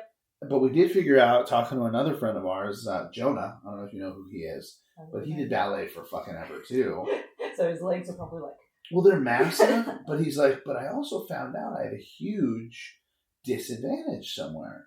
Mm-hmm. And it was because of the way your legs were always turned. Turning out. Constant Yeah. turn out. So now on the turned in parts, right, you have a weakness. And I struggle with that too. Yeah. And it's funny because when you ride horses, you turn your legs in. Interesting. Oh, right, because you're squeezing, My right? ballet instructor hated that I rode horses because you go the back and forth. When you're on horses, your heels are down, your knees are in. And then you go to ballet and your knees are out and your toes pointed. Yeah. So it's constant back and forth. So you're pretty even then. Oh, yeah, I like, are you but- balanced? Yeah. No, I still, like, I'll struggle with, like, a hip shift on a squat. I'll struggle with knees wanting to come in. And I have to think really hard about my form. Yeah. But, you know, it's what you do. Yeah. Yeah. I was always trying to figure out why, like, the machine like this. Yeah, and the then abductor. Yeah. Yeah. I'm like vastly different Stronger weights. one I'm like a direction. 2 the one way and Yeah. a 10 the other, and I'm like, this is crazy different. And as soon as Jonah said that, I'm like, It suddenly makes duh! It's funny because, like, I'll get on the abductor and I can max out that machine. Yeah. Get on an adductor and I am weak as hell, Yeah. which doesn't make any sense to me because I rode horses. It's like, I should have all the strength to squeeze my legs like that, and I just, I don't know. I think that's a big thing about childbirth. You lose your adductors. So Okay, that too. that too. I don't think about these things. Yeah, the muscles. Which I was like, muscles wait a suffer minute. in childbirth? No, okay. Well, I tell Interesting. everybody, Besides these. I always have like an interview when people are going to be my athletes. I'm like, what do you do for work? What have you done for work? Like all this stuff. Like what did you do in athletics? I need to know all this because that's going to change how you lift, where your strengths, where your weaknesses are. If you're picking up boxes and just doing this all day, right? Like this is going to be fantastic, but this is going to be almost empty, right? From people picking stuff up and down. And it's crazy, man. Everyday life just changes everything. But that's why these blue collar workers are fucking monsters on accident every time. Yep. Who was I talking to yesterday? I don't know. Jonathan came over. I don't have a good memory, but we were talking about blue collar work and like grip training. And I had a buddy who twisted rebar for a living, so his forearms were just fucking massive. Yeah. His grip was crazy, but he had no legs. Because he's always on his knees, right? Like he just never had to do that shit. Yeah, he's picking stuff up, and that's lower back, and upper back is tight because he's always pulling shit or whatever. Yeah. But he had no fucking legs at all. It was silly. Like he wore pants everywhere, but he was jacked up top, and it was all just blue collar work, not even gym. Yep. It was crazy. But. Oh yeah, and you meet like horse farriers, and they spend their entire life I trim horses, I don't shoot, and you're bent over holding the horse's hoof in your lap, so you're bent half squatted. So your legs are kind of strong, but your back is just fried, and your upper body's fairly strong from having to work on that hoof. But all of them walk the same. They're all permanently bent from holding that hoof all day. Oh, dang. Yeah, I've watched a few of those. Those are like, you ever see the reels where they're coming up and there's like an infection or something? Oh, yeah. Especially the cow ones when they're doing the cow hooves. Yeah. It's fun to watch, but man, it's disgusting and awesome all at once. they sit there just peeling off there, just going, "Look at all this infection in here." And then they finally get it, and it's just like just Yeah. oozes everywhere. It's so Like, tasty. I watch satisfying. Crystal Popper and Botched and Do you? everything. I love those shows. I can't watch the pimple stuff. It just hurts my insides. 90% of it's lipomas. They're always pulling out lipomas out of these people. What's a lipoma? It's a fat mass. Oh. Yeah, so you like one of your fat cells decided it's just gonna go crazy, and you just get this lump of just fat somewhere on you, and so you have to remove the entire thing or it will grow back. But it's like you're just one fat cell decided to go crazy, now you've got a lump. Like, but it's not cancer. But you pop it first like a zit, right? Oh, they usually just cut it open. Wow. Yeah, because they're usually big. They're like solid 2-pound, 3-pound masses usually. Whoa. Yeah. That's Icky. crazy. Yeah. It's fun to watch that. It's like they always say, "Oh, it looks like raw chicken." Yeah, it does. Oh, like, gross. just pull that out of somebody's body. Ew. They're always sitting there eating my dinner, watching that. That's horrible. Stomach of steel. This doesn't bother me at all. Oh, yeah. So how has this stuff gone? How are you doing with Sonya? Sonya or Sonya? Sonya most Sonya, of the time. yeah. Sonya a So, lot of the time. How did this like what have been like the biggest hurdles? You know? Well, she's got Crohn's disease, Okay. so that's a big one. Yeah. She's got 2 chromosomal abnormalities, Okay. and I never remember which one's which. I know she has an extra leg on one and a snipped off leg on the other, and both I of don't them know what are that linked. means. Like, so your chromosomes are shaped like an X most of the time, or you have 2. Oh yeah. And so if you have one that has like a little extra piece, or you can have one that's missing a piece, Okay. you know, of our 46 chromosomes we have. And both of hers, I know that one is linked to, like, if you look at her thumbs, she's got these little thumbs that are kind of fat. Yeah. And then she's got one toe that fused and it's permanently short. Okay. And this is her max height. She's going to be 4'6" forever. Her spine is a little bit compressed. She's got fusions in some of her spine. Okay. But both of those are linked to development disorders and, like, spectrum disorders. So she's 14, but you glance at her, you think she's 8 or 9, you know? Yeah. So it's just been, like, those were the big struggles. We got her diagnosed with Crohn's when she was 6 years old. That was after 2 years of trying to figure out what's wrong. Yeah. Because she was just struggling. And we couldn't figure out what was wrong. She had developed an abscess. Couldn't pinpoint where it was coming from. Just non-stop issues. So Is she okay talking about all that stuff, or? she's pretty open with it. Yeah. Yeah, that's pretty known, Okay. you know. But Yeah. you I know, probably should get that toe up. there's yeah, there's the possibility with the toe. It's if her feet are done growing, which we're pretty sure they are, we could lengthen that toe, but it would be the kind of, like, they break the toe, they stick rods in, and every day you spin them to spread it. Oh wow. And That's I'm very intense. much like, I have tattoos and piercings, and I have no problem with pain. She doesn't have her ears pierced because I keep telling her that's gonna hurt. Yeah. And it's like, I don't want her to feel pain. Yeah, yeah. So, yeah. It's hard to, it's- as a mother. Yeah. Yeah. Yeah. So Well, she's fantastic. She's fun to be around. she loves coming to Strongman every Sunday. We were just talking about the Hello Kitty bag when we were throwing sand at it. Yeah. just zoomed right past Yeah. Martine's face. It's like, woo! Yeah.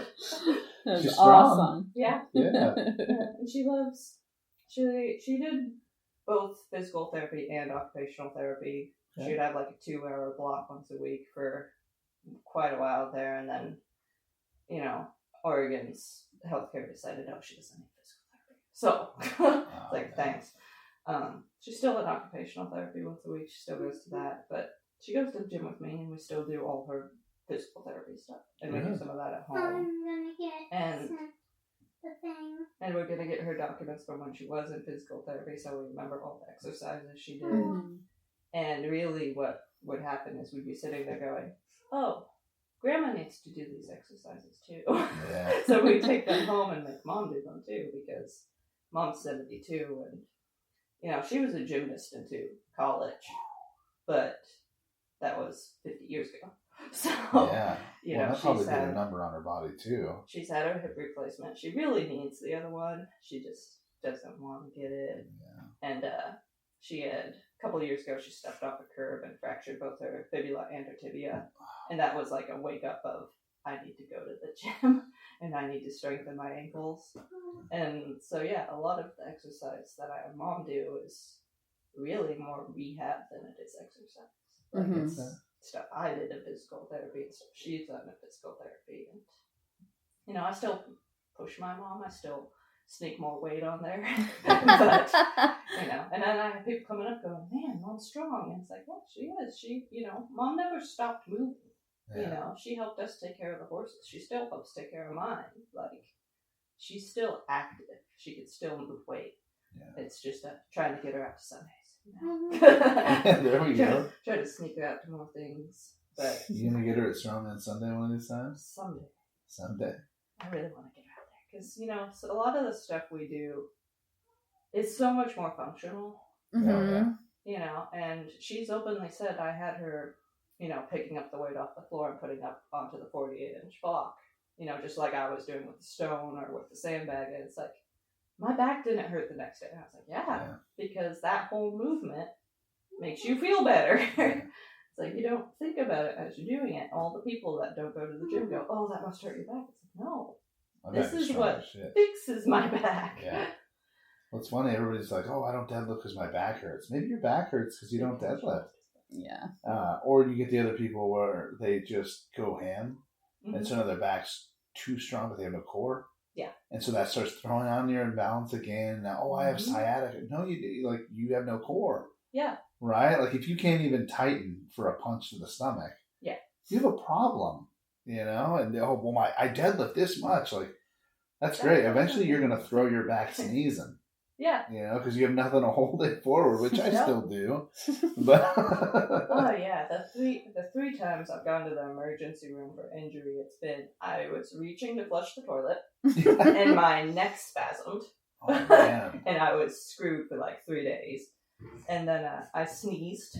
Yeah. But I was like laying down and like turned my head to sneeze so that I would sneeze on her, and like same thing, spasm in the same spot, and then I can't remember what I did.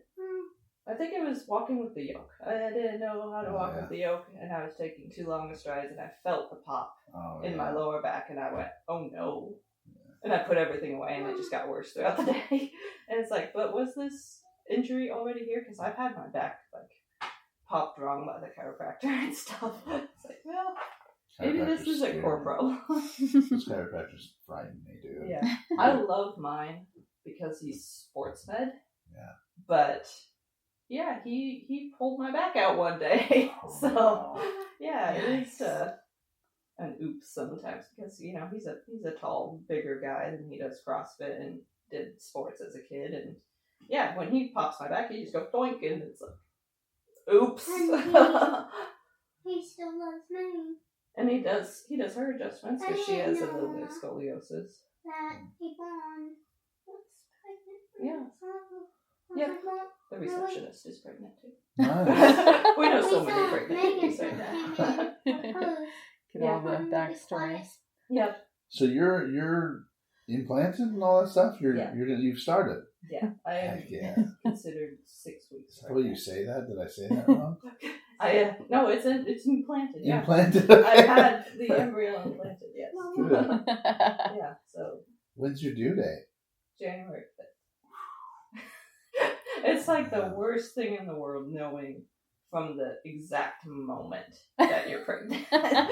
Because you're like, you have the full 9 months. Where most people find out 6 or 8 weeks in. Yeah. I've known since day one. It's like, this is, yeah, it's going to be a long year. Is there a big difference in pregnancy? Naturally. Like, your pregnancy with her or pregnancies this way? Yes.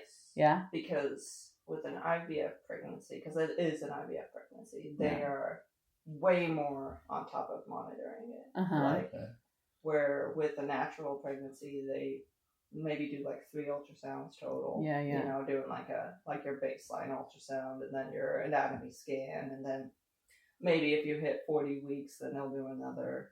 Yeah. The second I hit 40 weeks, every single appointment they're scanning that baby.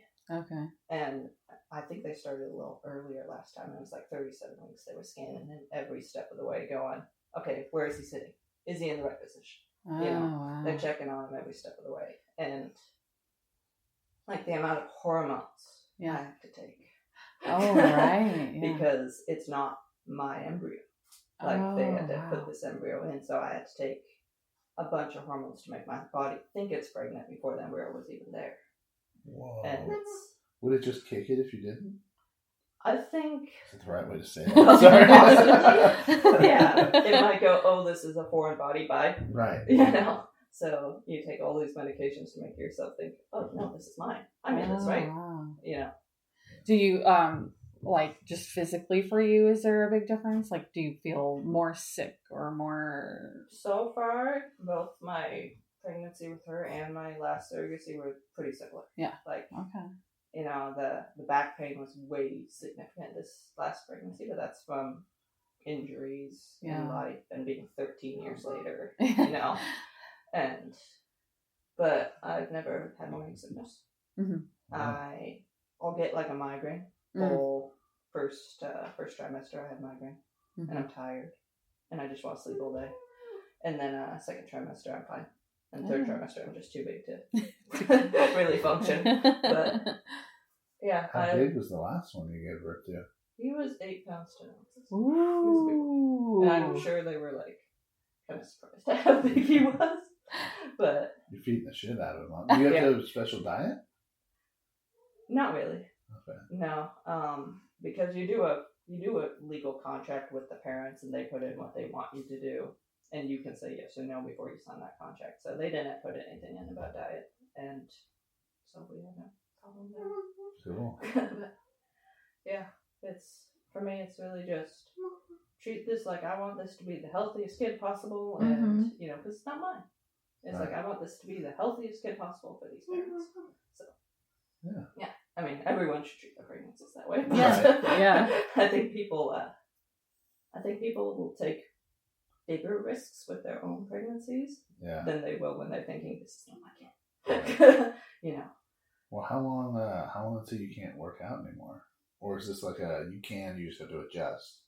Yeah, it's so that's really between like me and my doctor. Yeah. And what she says, you know, and based on checkups, and you know, anything can happen in any pregnancy, whether you can end up on like bed rest or being told you're not working out. But yeah, so it really is up to the doctor. But I got the same doctor I had with my last one, and she was very like, oh, you're lifting heavy. Cool. You know? And it's like, yeah, it's, you know, as long as you're healthy and as long as it's working out for you, then yeah, cool. Well, I think the medical community has definitely recognized that lifting during pregnancy is actually not bad. It's if anything, really there's a important. benefit. Yeah. Well, it's like creatine. They've studied a lot on creatine and how it affects in pregnancy and in women in general. And it's like, you know, and protein intake and how pregnant women should really be eating close to 200 grams of protein because most of it's going to baby. And it's like, this makes a big difference in how that baby is born. Yeah, that's why you had a big old 8 pound, 10 ounce 8 pound, 10 ounce baby because I'm chugging down the protein. Yeah. I was 8'6". Yeah. Sonny came out like 6'14", I think. I think Antoinette was 6.5. Yeah. I was over 9 pounds. Were you? I was the fourth of 4 though. Wow. Yeah. Well, you're the reason that was 4th of 4. Yeah. She said, I'm not doing this again. No, my parents were 42 and I was a shock and it's and I was huge. But, yeah, I was not supposed to be there. Yeah. And Grandma was born first and she was a twin, so she was tiny. Yeah. Are twins tiny? Not always. Okay. I can see where they might be. I follow a wellness competitor from the UK, and she had twins a couple of years ago, and both of them were over 8 pounds. She was huge. They were healthy boys, but man, and yeah, she had to have a C-section. They were both huge, and she probably looked like there was 3 in there. Yeah, if one baby isn't like, they both need to be head down. If one of them isn't head down, you know, having a C-section. But yeah. have big twins, or sometimes they'll be teeny. I have two who are pregnant right now. Oh, we do. We still Pink. have Oh, two members in our gym that are pregnant. One's due in June. who's that? Carly's due in June, and then we have another one named Kristen that I think is due in July. Isn't that you? And then we had one woman that just gave birth a month ago, and like she was there on her due date, and I was talking to her, but she's doing sled pulls. And she's going, I don't think he's coming out yet. And 2 weeks later, I went into her, and she's like, yeah, my doctor said it's fine, just do what I feel is okay. And then I'm watching her today. It's been a month. She's in there today. Husband's walking with the baby because they trade off. He goes and walks with the baby, and then she goes and walks with the baby while he works out. And, she's growing the same weight I'm growing. I'm like, this woman, she competes figure, and she lives in Texas most of the time. But, this is 4 weeks postpartum that she's in there. Jeez. Mama. That's totally fine. Mama. And it's because she worked out the whole pregnancy. Yeah. You Yeah. know what, Mama? And that was kind of the same with me. It's like I worked out till after my due date and went back to the gym 2 weeks later and started lifting You again. know what, Mama? Yeah, You know what, Mama? what? What do you think? I don't know if a boy comes in to get a paycheck at least. Oh no, they'll let time. One of our former employees had a baby too, and she was still coming around. She's still coming around. Yeah. I think she. And her mom is winning the weight loss challenge right now. I bet. Yeah. She's ready to come up. Yeah, if they have room for her. So you translating a lot? I translate. Yeah. Yeah. Because I know sometimes like it's very quiet. Yeah. And I'm like trying. Yeah. I catch a few words here and there, and I just. But like, is that what you're usually doing? Definitely her own language, and Yeah. I hear it, and that's, to me, it's as plain as talking to you. But Yeah. for other people, they'll sit here going, "What is she saying?" you know. I had a good time with Sunny. Sunny was pretty easy for me, and I don't even know what that was super about. But when she started talking, Mm-hmm. which she was like 5. Yeah. Right? So that's when She was nonverbal till almost 5. that's when we met. And so Yeah. she's just starting to put sentences together, and I'm just like, I felt like I did pretty damn good with You translation. did. Yeah. It was pretty. He's the first person that I felt like would understand things that I wasn't even able to get. Yeah. But up until then, it was always me. Yeah. I'm like, well, I completely understand what she's Yeah. saying, and everybody else is like, what? Oh, yeah. There was a Um, long time where Sonya would talk, and it was like she was talking in third person, Uh-huh. because she's repeating what we were saying. Ah, Yeah. That yes. was her form of. We catch her doing that sometimes. Yeah. Yeah. Yeah. Like what was happening? You guys were having a conversation, or we were having a conversation, and she was talking to her, and then immediately she was just mimicking. Yeah. It had nothing to do with the conversation they were actually talking about. She was just starting to say exactly She what was you suddenly were picking saying. up what you were saying and just like repeating it. I was Yep. like, interesting. It's Yeah. very interesting. Yeah. Yeah. So it's. I still find like the way Sunny talks just so I'm just They're so, so unique. intrigued. Yeah. Like, and I hang on every word. I mean, I think as her mother and being at a point in time in the past thinking like maybe we'll never have a conversation. Yeah. Yeah. Maybe I'm never going to hear her say I love you or whatever, right? And now you hear everything. she's constantly like, hey, she doesn't stop talking. his favorite is she goes, can I tell you something? She like asks first. And he's like, just ask me the thing. I'm always like, you just did. But I'm still just everything. I'm just like, wow, this is awesome. Sometimes I tell her she needs to take a breath. Yeah, I say I need a brain break. Yeah. I don't want to tell her to be quiet, but I need a brain break. In circuit this morning, and she's not, there's no breathing between her words. And one of our normal guys there, he goes, it's just nonstop, huh? And I was like, well, but it means her brain's moving. Yeah. The words are coming, the brain is moving, so. Because And then this really nice guy this morning, I didn't have any cash, and he bought her an energy drink for her. Oh, that's so sweet. Yeah. She loves the other ones.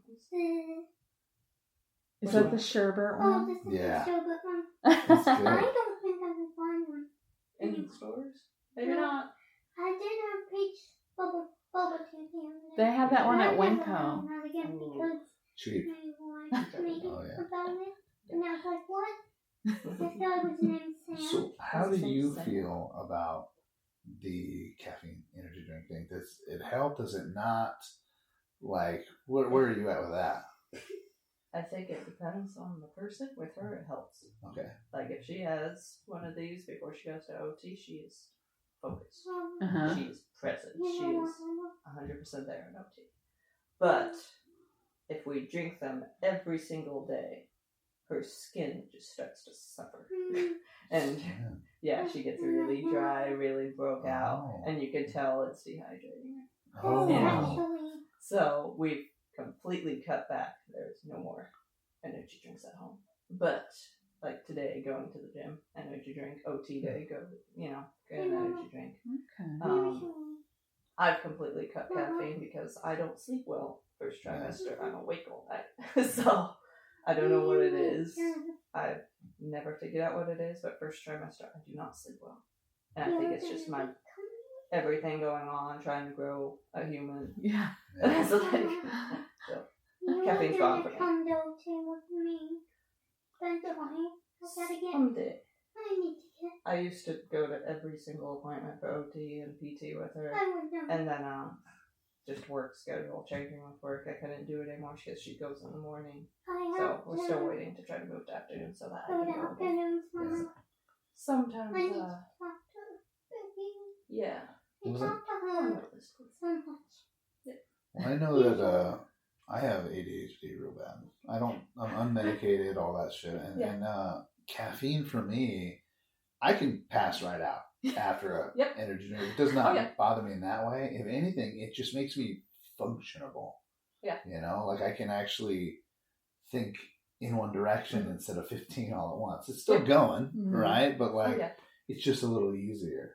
Because I can't take the pills or none of that. Actually, Miriam brought up a big thing. I don't know if you have ADHD or any of that stuff.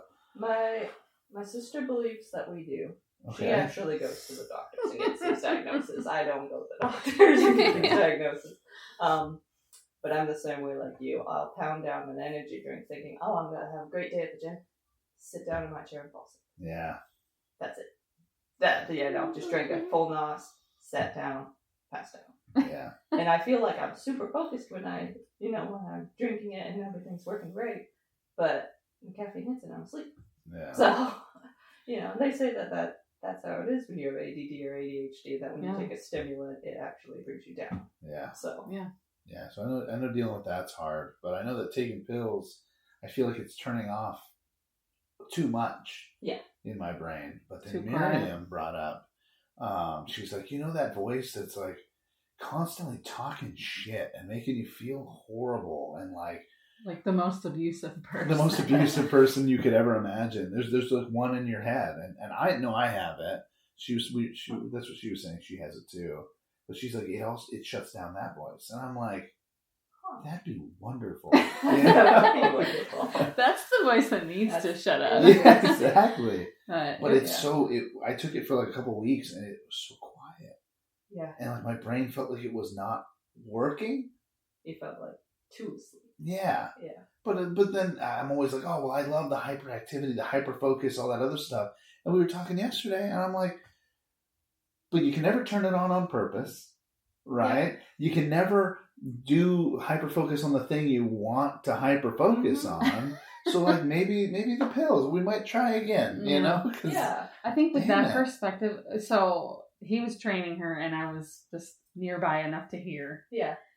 And I don't know. I feel like just a light switch went off hearing her describe it that way. Yeah. Yeah. So I feel like I've never thought of that. I've never characterized the voices in my head. For me, I'm sitting back going, what trauma did you guys endure? That's what I'm you always... have this voice in your head. Yeah, that's what I'm always thinking about. But the way she characterized it and that it's this voice in your head that's like this person doing that. And I was like, oh my God, yeah.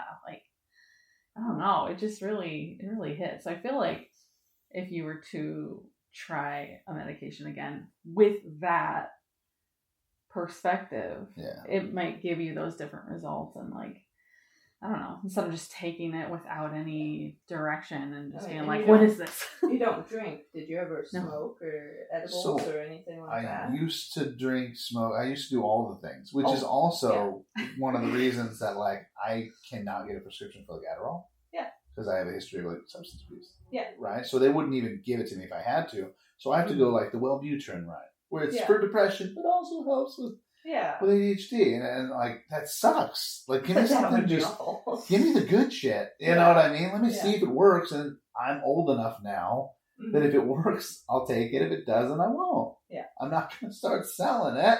Yeah. You know? Yeah.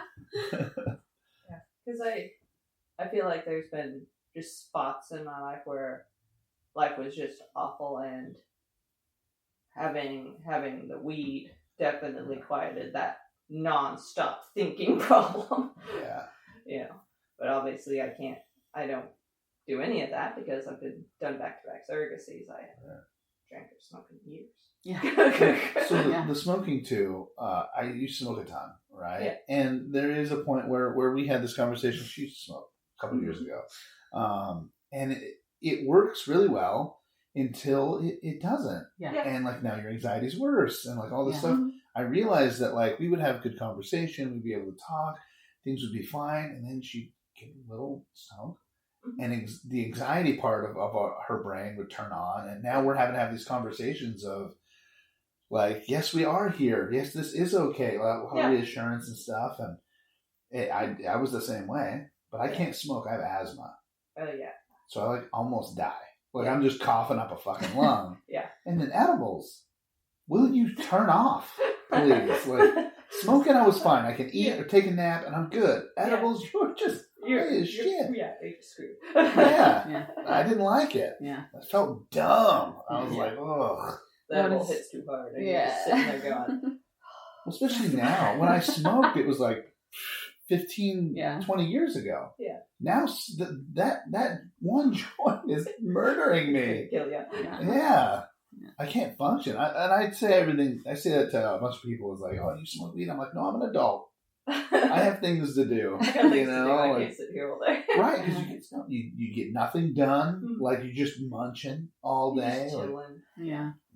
Music's better, sure, but like I don't know. Yeah, it definitely was different from the beginning of my experience to 10 years later and being like, okay, this isn't doing the same thing. Yeah.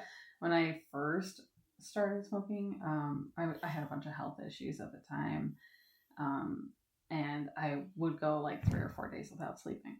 Yeah.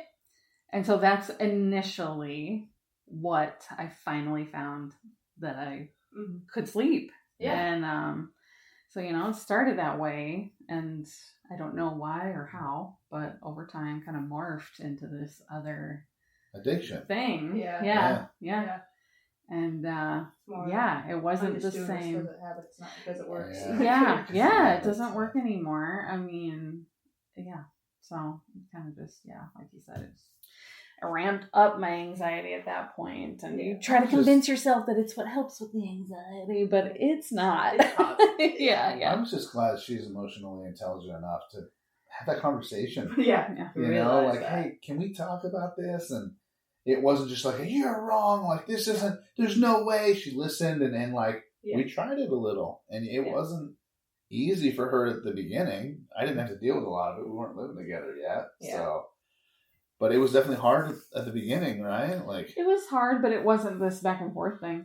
I mean, as soon as I had that she was done, last joint, it was like I just didn't ever again. So, and it's been over 3 years. Wow. I think that's the thing. It's like I feel like there's 2 types of people. There's people that just set it down and never touch it again. They're fine. And then there's people that struggle. We both are that type. Like when I quit drinking, I'm done. Yeah. Yep. Same thing with everything else I had to put down. I mean, I feel like I processed the struggle part. Well, how do you say it? Like like it took me a long time to make that decision to put it down. Yeah. You know, so But I once you maybe did, was it's there. processing that part that normally that's when people are struggling and back Mm-hmm. and forth. I'm like doing that while I'm still doing it. But Yeah. as soon as I make that decision, I'm like, It's done. Yeah, Done. Kind of the same way with people too. Oh yeah. Oh yeah. That took a long time. It takes for me me a to do. long It took a time, long time. to cut this person out. But as soon as I do, like you are That's it. all the way out. Everybody to do with you is out. All the pictures are gone. Yeah. Oh yeah. I feel that. I can't so help much. it. Yeah. Yeah. You are done. So. Yeah, I think I gave up entirely. I dated this guy for 3 years, and I was telling someone the other day that I put it out of my head Mm-hmm. so far that I forgot his last name. Oh wow. But when I stopped with him and erased him from my life and everyone around him from my life, I never dated again. I was like, I'm done. Oh my god. I was like, I got all my energy is going here. Yeah. And to work. Yeah. It's Yeah. like, that's it. Done. I was thinking about it the other day, and because same thing, right? Like Yep. like put this person out of my head. I'm trying at Yeah. least. And I had the thought to myself that like I feel like I've changed so much as a person Mm-hmm. that I don't even feel like this person is the person that dated that person anymore. Yeah. I feel like it was a 100%. different person that was living that life. Absolutely, yeah. And I don't know, that was just kind of a weird thought to have. But It's like, that's okay. when you realize that you had some growth. yeah, totally. I'm trying to look huh. at it as like a good thing for sure. But yeah, Yeah. I'm like, I don't even feel like it was me Mhm. that was in that relationship. Yeah. So It feels like it was an entirely different person. mm-hmm. Yeah. And it's, Yeah, because me now would never even look twice at that person. No.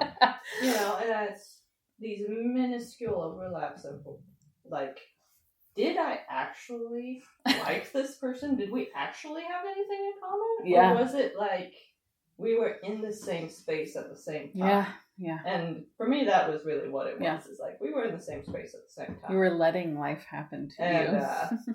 the second I removed myself from that space, I went, I don't even like this person. Yeah. Yeah. There's nothing redeeming about this person to me. There's nothing that makes me go, oh, I want to be friends with them even. Yeah. Like there's nothing there. It's like, wow. Yeah.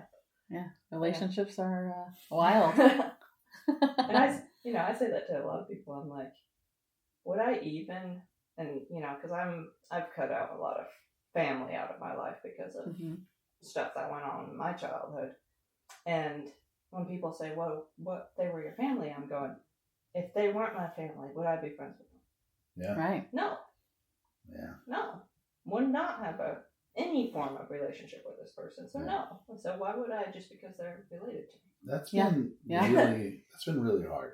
Yeah. And I think it's harder I've been doing the same thing. It's been the past 5 years since we've been together. She's been helping me grow a lot. And really everybody's like, oh, well, she's changing you, and like it's her fault that this and that. And I'm just like, first of all, everything I'm doing is great. And second, like, so I get no credit here. Yeah. Right? Like I have worked really hard to be able to even tell you, I don't want to hang out with you. I don't want you around. Yeah. You just bring everything down. You just make me feel horrible.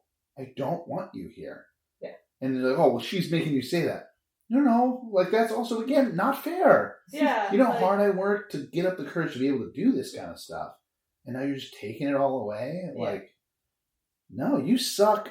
And you should go away. Leave me alone.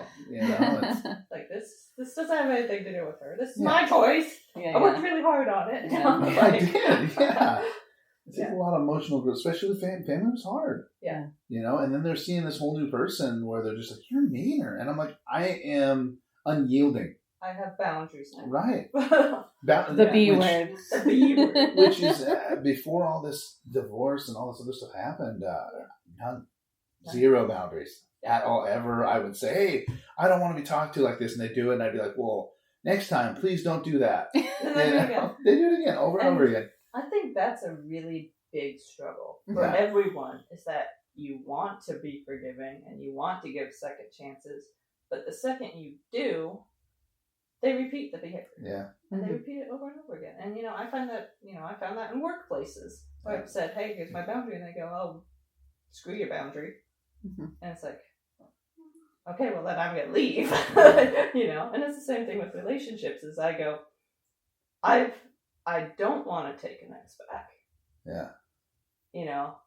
Because I've experienced it too many times that everything that was wrong is going to repeat itself. It doesn't matter how much they say I'm sorry. And it's like, I'm not willing to go through this again. And I was like, yeah, you want to believe that people will do better and grow, but it's not hasn't been my experience. Yeah. So it's like, I put my foot down and that's it. And I feel like those people, if they wanted to, they would have when they had the chance. Exactly. And I mean, like we've been through quite a bit in these 5 years, but like we have an issue, and like every time it's like we're working to like fix it together. Like it's something that like we're both willing to take accountability for, and we're both willing to be like, okay, well, what actually needs to happen for this to be better? And the thing is that's that willingness to change from both parties, right? And it actually does change, and so it doesn't come up again. Yep. Because it's been handled. It's not like one of these things where people have habits, and we both have had ex trauma, right? Past relationship bullshit. I feel like everyone has at some point. Yeah. There's always been that one or that several.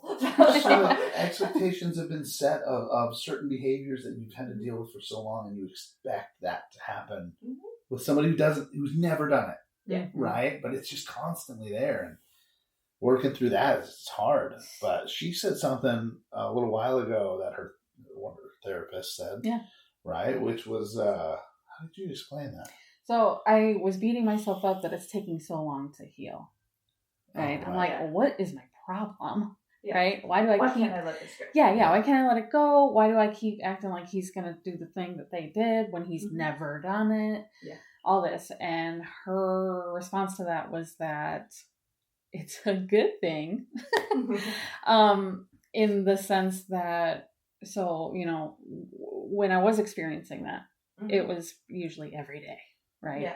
It's every day, just getting drilled into my head over years. Yeah. And so, like, to undo that is going to take multiple times. But now that you're in this healthy situation, it's happening so less often. Yeah. So to rewire it's just happening less often. Right. Yeah. So it's not something to beat myself up about, like, I'm failing at getting better or whatever. Yeah. But like, it's just taking a long time because the opportunity of even being through, and it's still not even the same situation. Yeah. But being through a difficult situation where I get to rewire, it's just happening few and far between. There's too many good days in between. Yeah. That aren't like rewiring or whatever. I don't know. It made me feel better. And worse. Right? Because I'm like, well, then it's going to take 30 years to cancel out the 10, but. I've had a couple people that have gone and said, well, it's basically like they're trying to guilt trip you for not getting over it. It's like, it's not that I'm not over it. It's that this is permanently burned into my brain. It's programmed, yeah. It's like, this isn't going to change. No, I'm not going to forget those people. I have no reason to forget those people. I don't want them in my life. I don't want to think about them. Yeah. That doesn't mean I haven't moved on from it. That means I don't want them in my life. Yeah. I heard something that said people misconstrue forgiveness with reconciliation. Yeah. And like, just because in my own head I have maybe not even technically forgiven them, but just come to peace with what happened. Yeah. That does not mean that I now have to have a relationship with this person. That can mean that I can keep you out of my life because, again, I also don't need to be treated like that or have that situation and be here. So everybody's so confused. Like, oh, well, if you forgave them, how come you can't talk to them? Well, because they didn't change. Yeah. They're going to do the same shit again. Yeah. But, like, I have enough to where, like, it doesn't hurt me to think about it. Yeah. And I'll get told that, oh, well, they're doing so well now. Good for them. Like, and that's exactly what I said. I was like, good for them. That has nothing to do with me. Yeah. And I have no reason to step back into their life just because they got better. You don't owe them I don't owe that. Yeah. I don't owe anyone. Yeah. Yeah. It's like my life is also doing well, and I'd like to keep it that way. Yeah. So They may be doing well because they're not here. Yeah. Well, I have come across the belief that we also don't even owe them that forgiveness. No. I was raised Christian. Yep. And so yes, that guilt You're supposed of to forgive. you're supposed to forgive. I don't. I don't No. think that everyone deserves that. I don't think I need to do that. No, Like, because I think that forgiveness is centered around them. yeah. You know, Yeah. it's for them. It's I forgive you. It's like, but I don't. Yeah. So Yeah. why would I claim to if I don't? Right, and they want to act like you're such a horrible person for saying something like that. But like, why would I? Yeah.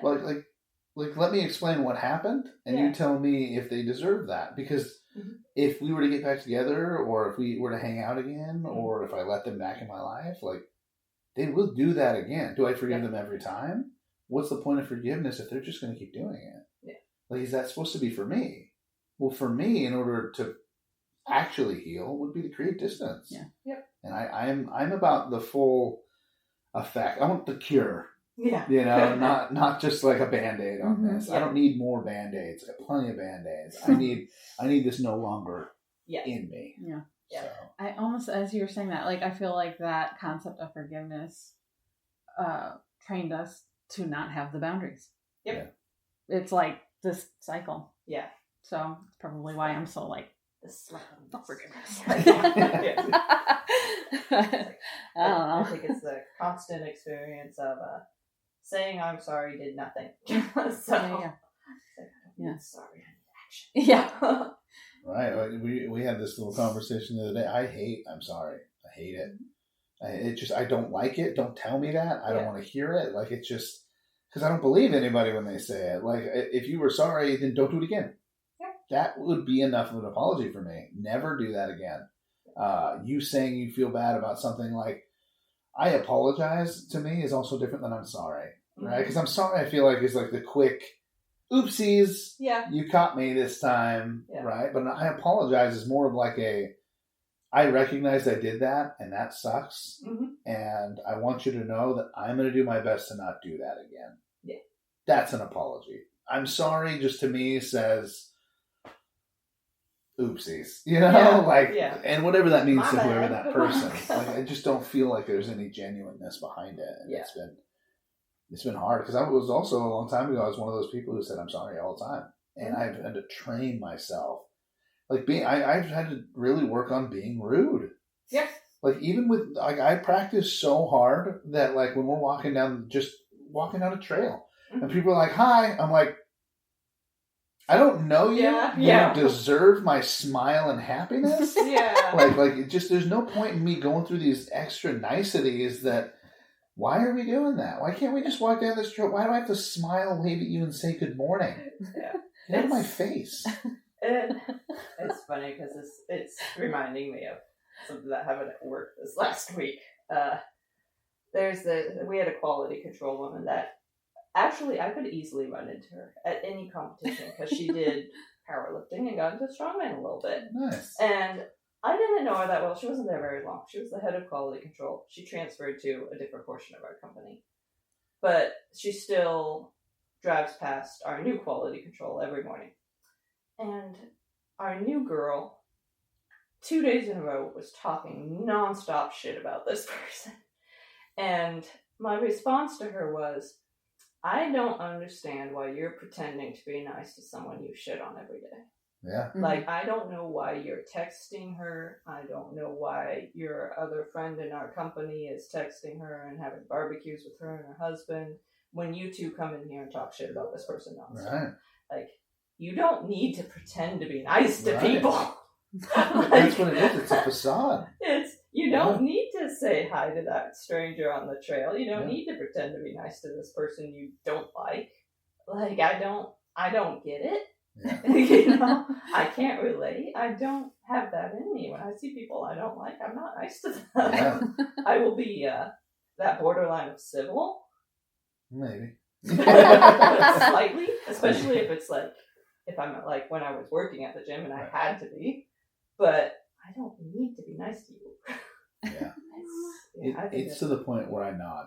Yep. I nod a lot. It's again me retraining myself to not have to.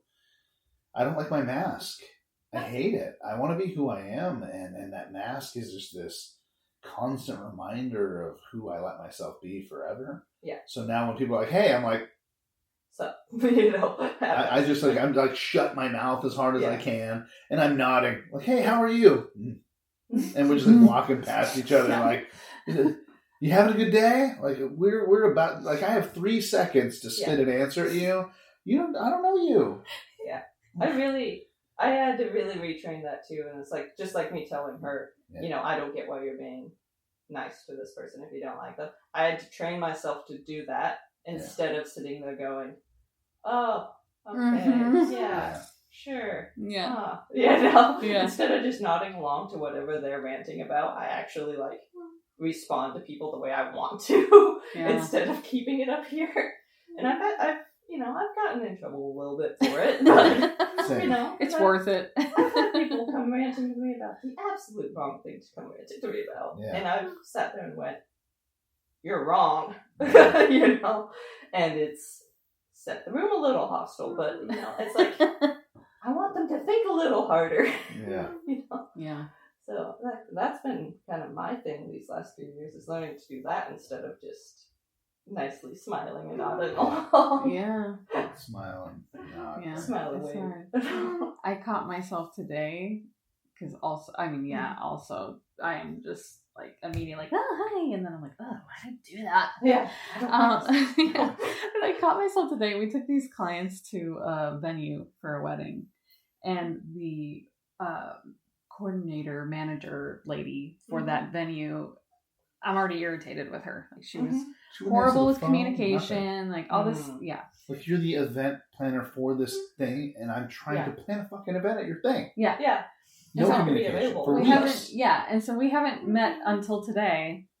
I'm already irritated with her, and she finally comes out and she's introducing herself to everybody. And I don't know if you heard this, but she reached out to shake my hand and goes, "Oh, it's so nice to meet you." And I go, "Thank you." And then you two or nothing. Yeah. And as soon as I said it, I realized like that was probably kind of rude. But like, I don't mean you to.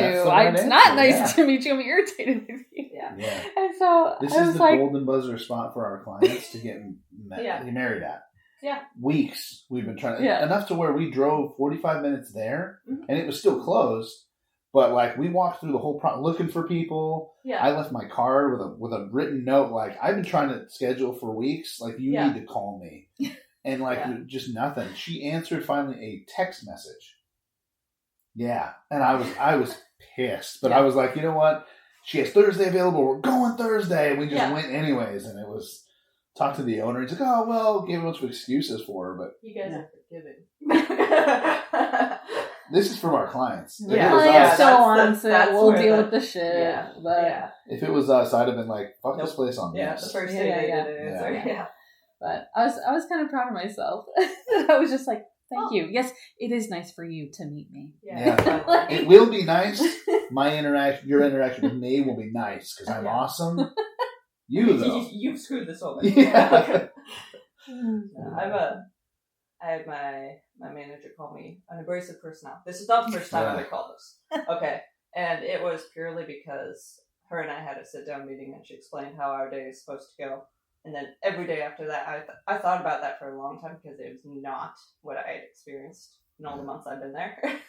And every day after that, it didn't follow through. So when I said something to her about it, and she says, "Well, it needs to go this way," and I said, "That's a complete contradiction to what you told me like 2 days ago." Yeah. She told me I was arguing. And I was like, "Oh, you don't know arguing." Yes, this is me being abrasive by pointing out that you told me one thing and did another, and now you're backtracking. You called her out. It's definitely hard to be that person, though. Yeah. But that person is the person that we need more of them. Mm-hmm. Yeah. I try to be that person all the time. Like even with like Jordan at the gym, I'm like screaming at him. I'm talking super loud. Like this dude's still on my post about me getting hurt. "Hey man, I hope you heal quickly." And he put his little prayer hands together. I'm like, don't pray for me, you little shit, you know? Like, Wrong person. yeah, dude. So, Yeah. it was just, I don't know. Yeah, there's a lot going on. We don't need to rant on that. Yeah, I Yeah. definitely. My favorite, one of my favorite buttons on Facebook and Instagram is the unfollow button, Yeah. and also the remove follower button, Yeah. because that button does exist. And like, to me, There's a remove follow? yeah, Yeah, it's you can not kick good someone enough. out. It's not good enough for me to not see their stuff. I need them to not be able to comment on mine. Yeah. And it's like, shortly after these, I need the block button. And I love I use the out of the block button. Yes. Yes. I use Yeah, these. mine's still public, so I don't care. Mine is public, but Yeah. I still use these buttons. Yeah. It's like, I need you, Bob. And So they can't see your stuff if you just have them unfollow you? I mean, Remove like, they follow? can still go back to your profile yeah, they can and still like follow try you again. Yeah. But it's kind of They have to sends a nice, catch on. clear message that you removed them. Interesting. Yeah, 'cause- So it takes a while. It's not like they get notified, but No. after a They while, should they're get probably like, notified. I haven't seen Yeah. this There should be person. like a little button in No, here, no, like yes, notify removal of following. Yeah. That'd be great. I'd do that to everybody. Yeah. That'd be so I think it much would be fun. fantastic. You know, Yeah. just because there's some of them that I feel like some people get too deep into their causes, and that's all they ever talk Oh, about, and it's like, I don't need or want to hear about Yeah. this. I may not even disagree Yeah. with your cause, but if that's who you are now, I'm good, dude. Yeah, there's so Okay. much more to life. Yeah. Yeah. There's so much more to be doing right now. Yeah. All right. Well, we appreciate you being here. You I know. appreciate it. Yeah, it was fun. If you want to listen to it, I'll let you know when it's up. Hey, Mama. But, She was here. Yeah, Mama. we're here. What was on and Jennifer? We have a Zumba instructor coming into our gym soon. Oh. Nice. She's coming in June. And, Third. food. Yep. And, she's gonna do a class. Are you going to do Zumba? You should try Zumba sometime. Yeah. You gonna dance? I'm gonna dance so far. Heck yeah. Yep. When am I gonna Fun. do it? Grandma will do it. Moving, grooving. Yeah. And the circuit will run. Yep. So, Circuit's in the what we're morning. doing. Okay. All right. So, this is Tyler Toby Townsend, Lily. Hannah. and Sonya. all right. Thank you Whoop, guys whoop. for coming, man.